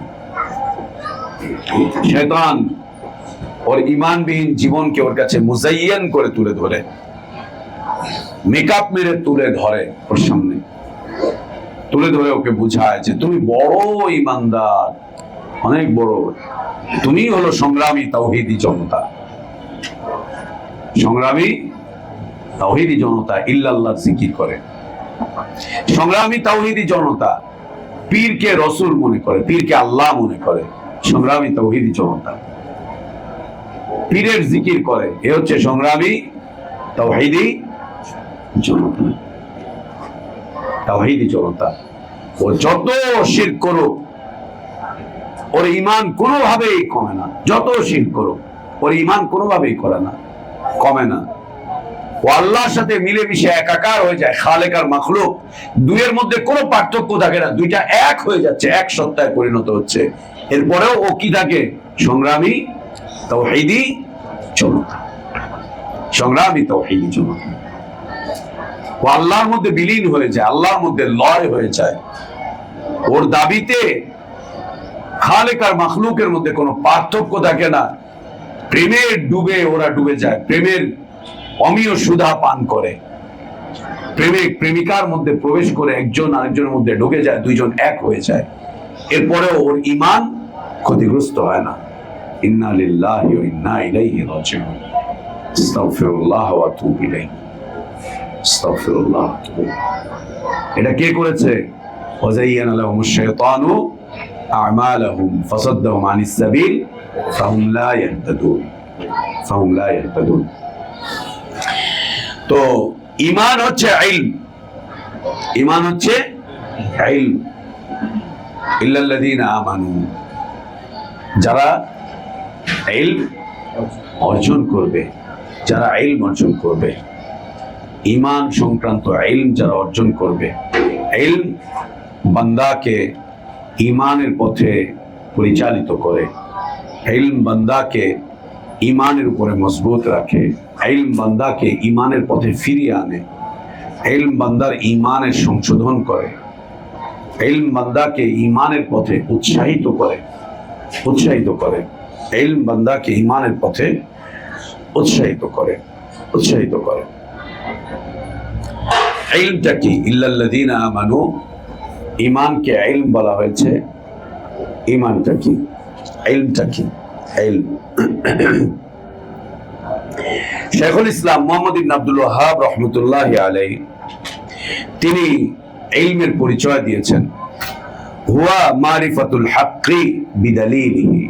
ইলম হচ্ছে মারিফাতুল হাক্কি বিদালিলিহি। আল ইলমু হুয়া মারিফাতুল হাক্কি বিদালিলিহি ওয়া যিদ্দুহু আল জাহলু। আল ইলমু হুয়া মারিফাতুল হাক্কি বিদালিলিহি ওয়া যিদ্দুহু আল জাহলু। মারিফাতুল হক, হকের মারিফত অর্জন করবে, যার মাধ্যমে হক চেনা যায়, হক জানা যায়, হক বোঝা যায়, হকের পথে পরিচালিত হওয়া যায়। আর সেটা কিসের ভিত্তিতে হবে? বিদালিলিহি, দলিলের ভিত্তিতে। দলিলের ভিত্তিতে। ওয়া মারিফাতুল হাক্কি বিদালিলিহি। ইলমের বিপরীতমুখী বিষয়বস্তু কি? আল জাহলু, জিহালাত। আইয়ামে জাহিলিয়াত বলে না, জাহিল বলে না। অযিদ্দুহু আল জাহলু, এর বিপরীতমুখী বিষয় বা এর বিরোধী মুখালিফ বিষয়বস্তু হচ্ছে আল জাহলু, জাহিলিয়াত। এক কথায় জাহিলিয়াত, এক কথায় হচ্ছে জাহিলিয়াত। জাহিলিয়াত কি? যে জাহিলিয়াত হচ্ছে যেখানে এসে হক অস্পষ্ট হয়ে যায়, যেখানে হক স্পষ্ট থাকে না, যেখানে হকের পরিচয় পাওয়া যায় না, যেখানে হক আর বাতিল দুইটা একাকার হয়ে যায়, ওটা কি? জাহিলিয়াত। মিন ক্বাবলু হুদাল লিন-নাস ওয়া আনজালাল ফুরকান الذي نزل الفرقان على عبده ليكون للعالمين نذيرا وضده الجهل। ইলমের বিপরীত হচ্ছে জাহিলিয়াত, জিহালাত। জিহালাতটা কি? জিহালাতের প্রথম পরিচয় হচ্ছে যেখানে হক অস্পষ্ট হয়ে যায়, হক যেখানে বাতিলের সাথে মিলে যায়, তা হচ্ছে আল জাহলু, জিহালাত। এর ফলাফলটা কি? এর ফলাফল হচ্ছে গায়রুল্লাহর ইবাদত প্রতিষ্ঠিত হয়। যেখানেই জাহিলিয়াত আসবে সেখানেই কি প্রতিষ্ঠিত হবে? গায়রুল্লাহর ইবাদত প্রতিষ্ঠিত হবে। যেখানেই জাহিলিয়াত সেখানেই গায়রুল্লাহর ইবাদত, যেখানেই জাহিলিয়াত সেখানেই গায়রুল্লাহর ইবাদত, গায়রুল্লাহর ইবাদত প্রতিষ্ঠিত হবে। জাহিলিয়াতের মূল উদ্দেশ্যই হচ্ছে গায়রুল্লাহর ইবাদতকে প্রতিষ্ঠিত করা, গায়রুল্লাহর ইবাদতকে প্রতিষ্ঠিত করা জাহিলিয়াতের মূল উদ্দেশ্য, মৌলিক দাবি গায়রুল্লাহর ইবাদতকে প্রতিষ্ঠিত করা। তো আল ইলমু হুয়া মারিফাতুল হাক্কি বিদালিলিহি ওয়া যিদ্দুহু আল জাহলু হা হুয়া আল ইলম। দ্বিতীয়ত, আহলে ইলমগণ ইলমের পরিচয় দিয়েছেন আল ইলমু মা ক্বালা আল্লাহ ওয়া মা ক্বালা রাসূলুল্লাহ সাল্লাল্লাহু আলাইহি ওয়াসাল্লাম। আল ইলমু মা ক্বালা আল্লাহ ওয়া মা ক্বালা রাসূলুল্লাহ সাল্লাল্লাহু আলাইহি ওয়াসাল্লাম। তৃতীয়ত, কেউ কেউ বলেছেন আল ইলমু হুয়াল কিতাবু ইয়ানি আল কুরআনু। ইলম হচ্ছে আল্লাহর কিতাব, আল্লাহর কিতাব, ইলম আল্লাহর কিতাব। কেউ কেউ বলেছেন আল ইলমু হুয়াস সুন্নাতু। ইলম হচ্ছে সুন্নাত রাসূলিল্লাহ সাল্লাল্লাহু আলাইহি ওয়াসাল্লাম, সুন্নাত রাসূলিল্লাহ সাল্লাল্লাহু আলাইহি ওয়াসাল্লাম। কেউ কেউ বলেছেন আল ইলমু হুয়া মারিফাতুল আবদি লিরাব্বিহি। বান্দা তার রবের মারিফত অর্জন করবে, ওয়া দীনিহি ওয়া নবিয়্যিহি সাল্লাল্লাহু আলাইহি ওয়াসাল্লাম। বান্দা তার রবের মারিফত অর্জন করবে, বান্দা তার দ্বীনের মারিফত অর্জন করবে, বান্দা তার নবীর মারিফত অর্জন করবে। আর এগুলো হবে দলিলের ভিত্তিতে। দলিলের ভিত্তিতে, রবের মারিফাত অর্জন করা, রবের পক্ষ থেকে নাজিলকৃত দ্বীনের মারিফাত অর্জন করা, এবং আল্লাহর পক্ষ থেকে নির্দিষ্ট নিযুক্ত আদর্শ ব্যক্তিত্ব মুহাম্মদুর রাসূলুল্লাহ সাল্লাল্লাহু আলাইহি ওয়া আলিহি ওয়াসাল্লামের মারিফাত অর্জন করা। এ হচ্ছে আল ইলম, সংক্ষিপ্ত আকারে।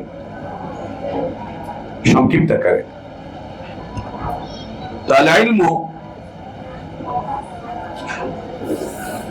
ইলম হচ্ছে মারিফাতুল হক বিদালিলিহি ওয়া যিদ্দুহু আল জাহলু। দ্বিতীয়ত আল ইলমু হুয়াল কিতাবু ইয়ানি আল কুরআন। আল ইলমু হুয়া সুন্নাতু ইয়ানি সুন্নাত রাসূলিল্লাহ সাল্লাল্লাহু আলাইহি ওয়া আলিহি ওয়াসাল্লাম।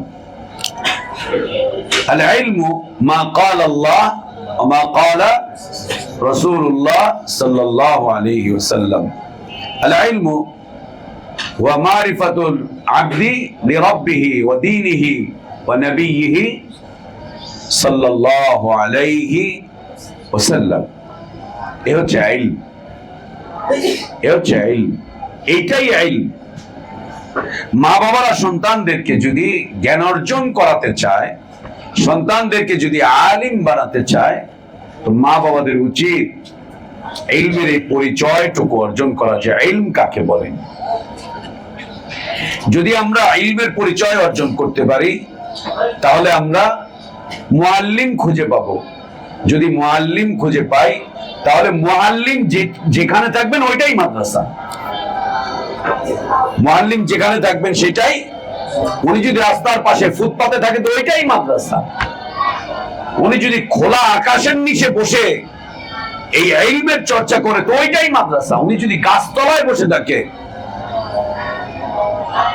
ওনার ছাত্ররা যদি বৃষ্টিতে ভেজে, ওনার ছাত্ররা যদি রোদে পুড়ে, তো ওইটাই মাদ্রাসা। মাদ্রাসা হতে হলে বিশাল জায়গা হতে হবে, অনেক বড় বিল্ডিং হতে হবে, সেখানে এসি লাগানো থাকতে হবে, সেখানকার পরিবেশগুলো হাই ক্লাসের হতে হবে, 5 স্টার মান হতে হবে, 3 স্টার মান হতে হবে। যদি 5 স্টার 3 স্টার না হয়, অন্তত স্টার মান হতে হবে, অন্তত স্টার মানের হতে হবে। এগুলো ফাজলামি, এগুলো বদমাইশি, এগুলো শয়তান শেখায়। আমার দেশের কিছু আধুনিক মা বাবা তৈরি হয়েছে, যারা আধুনিক ইসলাম খোঁজা শুরু করেছে। উনি নিজে ইসলাম কোনোদিন চর্চা করেনি, পড়েনি, চিনেনি, জানেনি, ওনার বাপ মা ওনাকে ইসলাম শেখায়নি। উনি জাহিলিয়াতের মধ্যে লেখাপড়া করেছেন। এখন ছেলেপেলেরা বাচ্চা কাচ্চা হয়েছে, বাচ্চা কাচ্চা দিয়েছেন আল্লাহ সুবহানাহু ওয়া তাআলা। এরপরে দ্বীনের কিছু ছিটাফাটা জ্ঞান পেয়েছেন, দ্বীনের কিছু ছিটাফাটা দাওয়াত পেয়েছেন, স্বপ্ন দেখা শুরু করেছেন ছেলেটাকে ইসলামী স্কলার বানাবে, এই বানাবে, সেই বানাবে। তবে সেই ইসলাম অবশ্যই আধুনিক হতে হবে, মডারেট হতে হবে। সেই ইসলাম অবশ্যই আধুনিক হতে হবে। সেই ইসলামের শিক্ষকগুলোকে আধুনিক শিক্ষায় শিক্ষিত হতে হবে। সেখানে কম্পিউটার ল্যাব থাকতে হবে, ইংলিশে ফাটার করতে হবে, দাঁত ভাঙা কথা বলতে হবে ইংলিশে। তারপরে সেটা এসি করা ক্লাসরুম হতে হবে, প্রজেক্টরের ব্যবস্থাপনা থাকতে হবে। তারপরে হচ্ছে সেখানে এই কার্পেট থাকতে হবে, মখমলের চাদর থাকতে হবে, সেইখানে আলাদা আলাদা প্রত্যেকের জন্য চেয়ার টেবিল থাকতে হবে, সেইখানে হ্যান ত্যান এই সেই সব থাকতে হবে। শিক্ষা কারিকুলাম অক্সফোর্ডের সাথে মিলতে হবে। বাবা, আল্লাহর হস্তে তুমি তোমার মন মানসিকতা থেকে নিয়তকে পরিবর্তন করো, এটা হচ্ছে দ্বীনি মাদ্রাসার মূল থিম। প্রথমে ইলম চিহ্নিত করো, ইলম কাকে বলে, মা হুয়াল ইলম, ইলম কি, ইলম কাকে বলে, ইলমের রংটা কেমন, এই আধুনিক মা বাবাগুলো যারা আধুনিক ইসলামের শিক্ষায় শিক্ষিত করতে চায় সন্তানদেরকে, এদের হালাত হচ্ছে বনি ইসরাইলের ওই লোকদের মতো যাদেরকে বলা হয়েছিল ইন্নাল্লাহা ইয়া'মুরুকুম আন তাযবাহু বাকারা, ও বলছে ক্বালু আতাত্তাখিযুনা হুজওয়া, আতাত্তাখিযুনা হুজওয়া, আমাদের নিয়ে খেলতামাশা পাইছেন। আমরা যখন বলি আপনাদের সন্তানদেরকে দিন শেখান, বলছে ঠিক আছে ভাই, ঠিক আছে ভাই, আপনার মাদ্রাসা একদিন আসবো, দেখতে আসবো, দেখি, তো ঠিক আছে আসেন। এখানে যে বলছে এ কি আমগো পোলাপান এই জায়গায় পড়বে আতাত্তাখিযুনা হুজওয়া, এইখানে বসবে আতাত্তাখিযুনা হুজওয়া। এরপরে খাওয়ার সময় দেখে যে ও বা 5-6টা পোলাপান একসাথে কেমনে করে গাইটা মাইটা খায়, আতাত্তাখিযুনা হুজওয়া, আমার পোলাপান এইভাবে খাবে? এই বাথরুম গুলো এখানে লাইন ধরে পোলাপান দাঁড়িয়ে থাকে, আতাত্তাখিযুনা হুজওয়া। আমগরে নিয়ে মজা পাইছেন, আমগরে নিয়ে মজা পাইছেন। এইভাবে থাকতে পারে পোলাপান? এইখানে ফ্লোরে এইভাবে করে সব ফ্লোরে বিছনা করে শুয়ে আছে আমাদের পোলাপান, এইভাবে স্বেচ্ছাতে পরিবেশ, এইভাবে। ভাইয়া এটাকে একটু এসে করা যায় না? এই পর্যন্ত যে কতজন এসছে, ভাই আপনার এই পরিবেশটাকে একটু ঠিকঠাক করেন, আমরা আপনার সাথে আছি। কি করতে হবে? এটাকে একটু হাই রাইজ বিল্ডিং করেন, তারপরে একটু এসি মিসি লাগান, আমাদের পোলাপান গুলো আসবে। সুবহানাল্লাহ। জবাব হচ্ছে ভাই ওরকম প্রতিষ্ঠান অনেক আছে, সেখানে নিয়ে যান। এক কাজ করেন, আপনার পোলারে আমেরিকায় পাঠান, আমেরিকায় গিয়ে মডারেট ইসলাম শিখে আসুন। যে ইসলামের শিক্ষক হচ্ছে বিল ক্লিনটন, যে ইসলামের শিক্ষক হচ্ছে ওর স্ত্রী হিলারি ক্লিনটন, ওরা শিখাবে মডারেট ইসলাম। যান যান যান, পাঠিয়ে দেন। যদি বলেন যে না কাফের দেশে ইসলাম শিখতে পারবো না, তাহলে এক কাজ করেন, আপনি মালয়েশিয়া পাঠিয়ে দেন, মালয়েশিয়া থেকে ইসলাম শিখে আসুন, ওইখান থেকে শিখে আসুন। এটাকে একটু ঠিকঠাক করা যায় না ভাইয়া? এটাকে একটু এই সেই করা যায় না ভাইয়া? এইভাবে করে এমনি কি চলে? এমনি কি চলে? আর এই যে পোলাপান 5-6 জন একসাথে বসে এমনি গুইটা মুইটা খায়, এই যেন কেমন দেখা যায় ভাইয়া? এই আতাত্তাখিযুনা হুজওয়া। মজা পাইছেন আমাদের সাথে? আমাদের পোলাপান পড়বে, আমাদের বেশ কিছু দিনই ভাই বোনরা আছেন, ইসলামের জন্য তাদের মায়া উথলে উঠে, মায়া ঝরে ঝরে পড়ে, ভালোবাসা উতলে উঠে, ভালোবাসা ঝরে ঝরে পড়ে। তো ভাই আপনার ছেলে মেয়েদেরকে পড়ান। হ্যাঁ হ্যাঁ ভাইয়া পড়াবো, এই করবো সেগুলো, আপনার মাদ্রাসায় একদিন যাই দেখে আসি। এই পর্যন্ত যতজন দেখতে এসেছে ইল্লা আমার রহিমা রব্বি, সব কয়টা পালায় চলে গেছে, সব কয়টা পালায় চলে গেছে। এই পরিবেশে আমাদের ছেলে মেয়েরা পড়বে, স্বপ্ন দেখে তার ছেলে আলিম হবে, স্বপ্ন দেখে তার ছেলে ইমাম হবে, স্বপ্ন দেখে তার ছেলে খলিফাতুল মুসলিমিন হবে। সেই ইমাম আর খলিফাতুল মুসলিমিনের জন্য এসি করা ক্লাসরুম লাগবে। খলিফাতুল মুসলিমিন ওমর রাদিয়াল্লাহু আনহু ছিলেন, পারস্য থেকে গোয়েন্দা এসছে খলিফাতুল মুসলিমিনকে খুঁজতে, এসে দেখে যে কই খলিফাতুল মুসলিমিনের কোনো অট্টালিকা বাড়ি ঘর কিচ্ছু নাই, এরা খুঁজেই পাচ্ছে না, খুঁজেই পাচ্ছে না খলিফাতুল মুসলিমিন কই। কেন? ওরা রাজা বাদশাদেরকে দেখছে, সিংহাসন আছে, ওইখানে অনেক চাকর বাকর নৌকর আছে, হ্যাঁ, মাথা নিচু করে সালাম করছে, এই করছে সেই করছে, কই খুঁজে পায় না। গোয়েন্দা খুঁজে না পেয়ে লোকজনদেরকে জিজ্ঞেস করতে করতে একটা পর্যায়ে খবর পেল ওই যে মরুভূমিতে গাছতলার নিচে এমনি করে শুয়ে আছে। গিয়ে দেখে যে হ্যাঁ, মরুভূমিতে এমনি করে পাটি নিচে শুয়ে আছেন খলিফাতুল মুসলিমিন, পাটি নিচে শুয়ে আছেন। অবিশ্বাসই করতেছে না যে ইনি খলিফাতুল মুসলিমিন হতে পারেন, এত প্রভাবশালী একজন রাষ্ট্রনায়ক সেইভাবে করে পড়ে থাকতে পারে। আপনার সন্তানকে আপনি ইমাম হিসেবে স্বপ্ন দেখছেন, আপনার এই স্বপ্নটা দুঃস্বপ্ন। আপনাকে গোসল করতে হবে, গোসল ফরজ হয়ে গেছে, আপনার গোসল করতে হবে, পবিত্রতা অর্জন করতে হবে, বড় পবিত্রতা। আপনাকে বড় পবিত্রতা অর্জন করতে হবে। আপনার ইলম অপবিত্র হয়ে গিয়েছে, ছোটখাটো অজু টজু করলে আপনার পবিত্রতা আসবে না, এগুলো আসবে না, কখনোই আসবে না, কখনোই হবে না, কখনোই না। এই পরিবেশ, এই পরিবেশ, এই পরিবেশ। মুসা আলাইহিস সালাতু ওয়াস সালাম কি বললেন? আউযু বিল্লাহি আন নাকুনা মিনাল জাহিলিন। আমরা এই কথা, এই দোয়াই পড়ি, আমরাও এই দোয়াই পড়ি যখনই কেউ বলে এই পরিবেশ হ্যান পরিবেশ, তাউযু বিল্লাহি মিনাল জাহিলিন আল্লাহুল মুস্তাআন, আর তো কিছু বলার নেই। আল্লাহুল মুস্তাআন। তুমি ইলম চিহ্নিত করো, ইলম চিহ্নিত করতে পারলে তুমি মুআল্লিম পেয়ে যাবা। ভাইয়া একজন শিক্ষক দেন না, আমার বাচ্চাদেরকে এটা পড়াবে ওইটা পড়াবে। ভাই আমি শিক্ষক খুঁজে পাই না। কি বলেন, এত বছর মাদ্রাসা করছেন আপনি শিক্ষক খুঁজে পান না, এই না সে না, কই পাবো বাবা?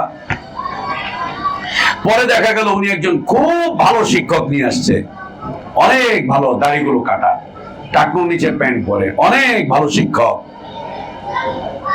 ও বিদাতি পদ্ধতিতে আমল করে, ওরা আখলাকের খোঁজ খবর নেয়, অনেক ভালো শিক্ষক, অনেক ভালো শিক্ষক। ইলম চিহ্নিত করো তো মুআল্লিম পাবা।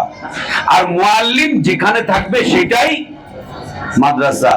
ওটা বিল্ডিং হতে পারে, ওটা ছাপড়াও হতে পারে, ওটা গাছতলাও হতে পারে, ওটা খোলা আকাশের নিচেও হতে পারে, ওটা ফুটপাতও হতে পারে, ওটা যে কোনো জায়গায় হতে পারে। আল্লাহ তাবারক ওয়া তাআলা তার নবী মুহাম্মদ সাল্লাল্লাহু আলাইহি ওয়াসাল্লামকে দিয়ে এই আদর্শই আমাদের জন্য রেখে গিয়েছেন। মুহাম্মদ সাল্লাল্লাহু আলাইহি ওয়াসাল্লামকে দিয়ে এই আদর্শই প্রতিষ্ঠা করিয়েছেন আল্লাহ তাবারক ওয়া তাআলা। মুআল্লিম যেখানে যাবে সেটাই মাদ্রাসা, যেখানেই থাকবে সেটাই মাদ্রাসা। বিল্ডিং হওয়ার শর্ত না। আমাদের স্কলারগণ, আমাদের মাদানী উলামাগণ এটা ভুলে গেছেন। মাদ্রাসা মানেই হচ্ছে ভবন নির্মাণ, মাদ্রাসা মানেই হচ্ছে আধুনিকীকরণ, মাদ্রাসা মানেই হচ্ছে অর্থের ইসরাফ, অর্থের অপচয়। মাদ্রাসা মানেই ভবন করো, বিল্ডিং করো, এই করো, ওই করো, সেই করো। মাদ্রাসা মানেই ভুরি ভুরি কোটি কোটি টাকা খরচ, এটার মানেই হচ্ছে মাদ্রাসা। বিলকুল না। ওইখানে ভবন থাকে, দ্বীনের চর্চা থাকে না, ইলমের চর্চা থাকে না, ইলমের সাথে আমলের চর্চা থাকে না। তালিম আছে, তারবিয়াত নেই। আর তালিমও নিরপেক্ষ দ্বীনি তালিম না, আজে বাজে তালিম দিয়ে ভরা। বিলকুল না, একদম না। এ হচ্ছে ইলম। যার কাছে ইলম আছে তিনি মুআল্লিম, আর যিনি মুআল্লিম তিনি যেখানেই থাকবেন সেটাই মাদ্রাসা। আমাদের সালাফে সালেহিনগণকে তাই দেখা গিয়েছে। নিজের বাড়িতে আছেন, ছাত্ররা সব বাড়িতে চলে এসেছে, বাড়িতে বসে বসে হাদিসের দার্স দিচ্ছেন, ছেলেপেলেরা ওখান থেকেই জ্ঞান অর্জন করে চলে যাচ্ছে। সাইনবোর্ডের নাম মাদ্রাসা না, ভবনের নাম মাদ্রাসা না। মাদ্রাসা মানে হচ্ছে ইলম চর্চার জায়গা, কোথায় জ্ঞান চর্চা হচ্ছে, কোথায় ইলমের চর্চা হচ্ছে, ওটাই হচ্ছে মাদ্রাসা, ওটাই হচ্ছে মাদ্রাসা। আর ইলমের একটা দাবি আছে, ইলমের দাবি হচ্ছে আমালু বিহি। ইলম আমলকে উৎসাহিত করে, ইলম আমলকে উৎসাহিত করে, ইলম আমলকে ডাকতে থাকে, ডাকতে থাকে। ইলম আমলকে ডাকে, আমলকে উৎসাহিত করে। যতক্ষণ পর্যন্ত আমল থাকবে ততক্ষণ পর্যন্ত ইলম থাকবে। যখনই আমল উঠে যাবে তখনই ইলম চলে যাবে। যখনই আমল উঠে যাবে তখনই ইলম চলে যাবে, ইলম চলে যাবে, ইলম চলে যাবে। যখনই আমল উঠে যাবে তখনই ইলম চলে যাবে। ইলমের দাবি হচ্ছে আমল। ইলমের দাবি কি? ইলমের দাবি কি? ইলমের দাবি কি? আমল। ইলমের দাবি কি? আমল। যতক্ষণ পর্যন্ত আমল থাকবে ততক্ষণ কি থাকবে? ইলম থাকবে। যতক্ষণ আমল থাকবে ততক্ষণ কি থাকবে? এই কি থাকবে? যতক্ষণ আমল থাকবে ততক্ষণ কি থাকবে? ইলম থাকবে। যখন আমল উঠে যাবে ইলম তোমাকে একা নিঃসঙ্গ ফেলে রেখে দিয়ে চলে যাবে। তুমি একা হয়ে যাবা। তুমি আর জাহেল দুইয়ের মধ্যে কোনো পার্থক্য থাকবে না। বরং মুহাম্মদ বিন আব্দুল্লাহ রাহমাতুল্লাহি আলাইহি আরো কঠিন কথা বলেছেন। এই আমলবিহীন আলিম, যেই আলিমের কাছে আমল নাই, তার সাথে দুইটা বিভ্রান্ত সম্প্রদায়ের তাশবীহ দিয়েছেন।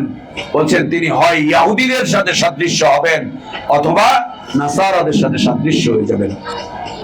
যেই আলিমের কাছে আমল নাই, আমলবিহীন আলিম, তাকে দুটি ধর্মের মানুষের সাথে সাদৃশ্যতা দেওয়া হয়েছে। একটা হচ্ছে ইহুদি আর একটা হচ্ছে নাসারা। আমল না থাকার ফলাফল। ইলম সবসময় আমলকে উৎসাহিত করে। ইলমের দাবি হচ্ছে আমল করা। যতক্ষণ পর্যন্ত আমলের চর্চা থাকবে ততক্ষণ ইলম থাকবে। যখনই আমল উঠে যাবে, ইলম তোমাকে একা ফেলে রেখে দিয়ে, নিঃসঙ্গ ফেলে রেখে দিয়ে চলে যাবে। তুমি নিঃসঙ্গ হয়ে যাবা, একা হয়ে যাবা, একেবারে শেষ হয়ে যাবা, একেবারে শেষ হয়ে যাবা। এবং এর সাথে সাথে আরেকটি কঠিন কথা বলা হয়েছে যে কিয়ামতের দিন প্রথম আলেমকে দিয়ে জাহান্নাম উদ্বোধন করা হবে। কোন আলেম? যে আলেম ইলমবিহীন জীবন, আমলবিহীন জীবন পরিচালনা করেছে। আমলবিহীন যে ব্যক্তি জীবন পরিচালনা করেছে, তাকে দিয়ে আল্লাহ তাবারক ওয়া তাআলা জাহান্নামকে উদ্বোধন করবেন।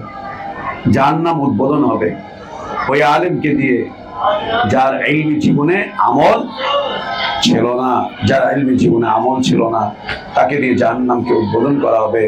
আল্লাহ তাবারক ওয়া তাআলার কাছে দোয়া, আল্লাহ আমাদের ইলমে বারাকাত দান করেন, হায়াতে বারাকাত দান করেন, আমাদের নেক আমলটুকু আল্লাহ কবুল করেন, ভুলগুলোকে আল্লাহ সংশোধন করে দেন, গুনাহগুলোকে আল্লাহ মাফ করে দেন।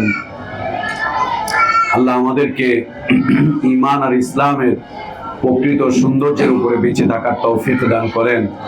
ঈমান আর ইসলামের পূর্ণতার উপরেই আল্লাহ আমাদেরকে মৃত্যু দান করেন। আল্লাহ আমাদের এই ইলমি মজলিসকে কবুল করেন, আমাদের মাদ্রাসাকে আল্লাহ কবুল করে নেন, আমাদের ছাত্র এবং শিক্ষকদেরকে আল্লাহ কবুল করে নেন। আল্লাহ আমাদের সিয়ামকে কবুল করেন, কিয়ামকে কবুল করেন, তেলাওয়াতকে কবুল করেন। আমাদের এই দাওয়াতি কার্যক্রমকে আল্লাহ কবুল করে নেন, আমাদের এই দাওয়াতি কার্যক্রমকে আল্লাহ কবুল করে নেন, আমাদের এই দাওয়াতি কার্যক্রমকে আল্লাহ কবুল করে নেন। আল্লাহুম্মা আমিন ওয়া আখির দাওয়ানা আনিল হামদুলিল্লাহি রাব্বিল আলামিন। সাল্লাল্লাহু ওয়া সাল্লাম ওয়া বারাকা আলা নাবিয়িনা মুহাম্মদ ওয়া আলা আলিহি ওয়া আসহাবিহি আজমাইন। সুবহানাকাল্লাহুম্মা ওয়া বিহামদিকা আশহাদু আল্লা ইলাহা ইল্লা আনতা আস্তাগফিরুকা ওয়া আতুবু ইলাইক।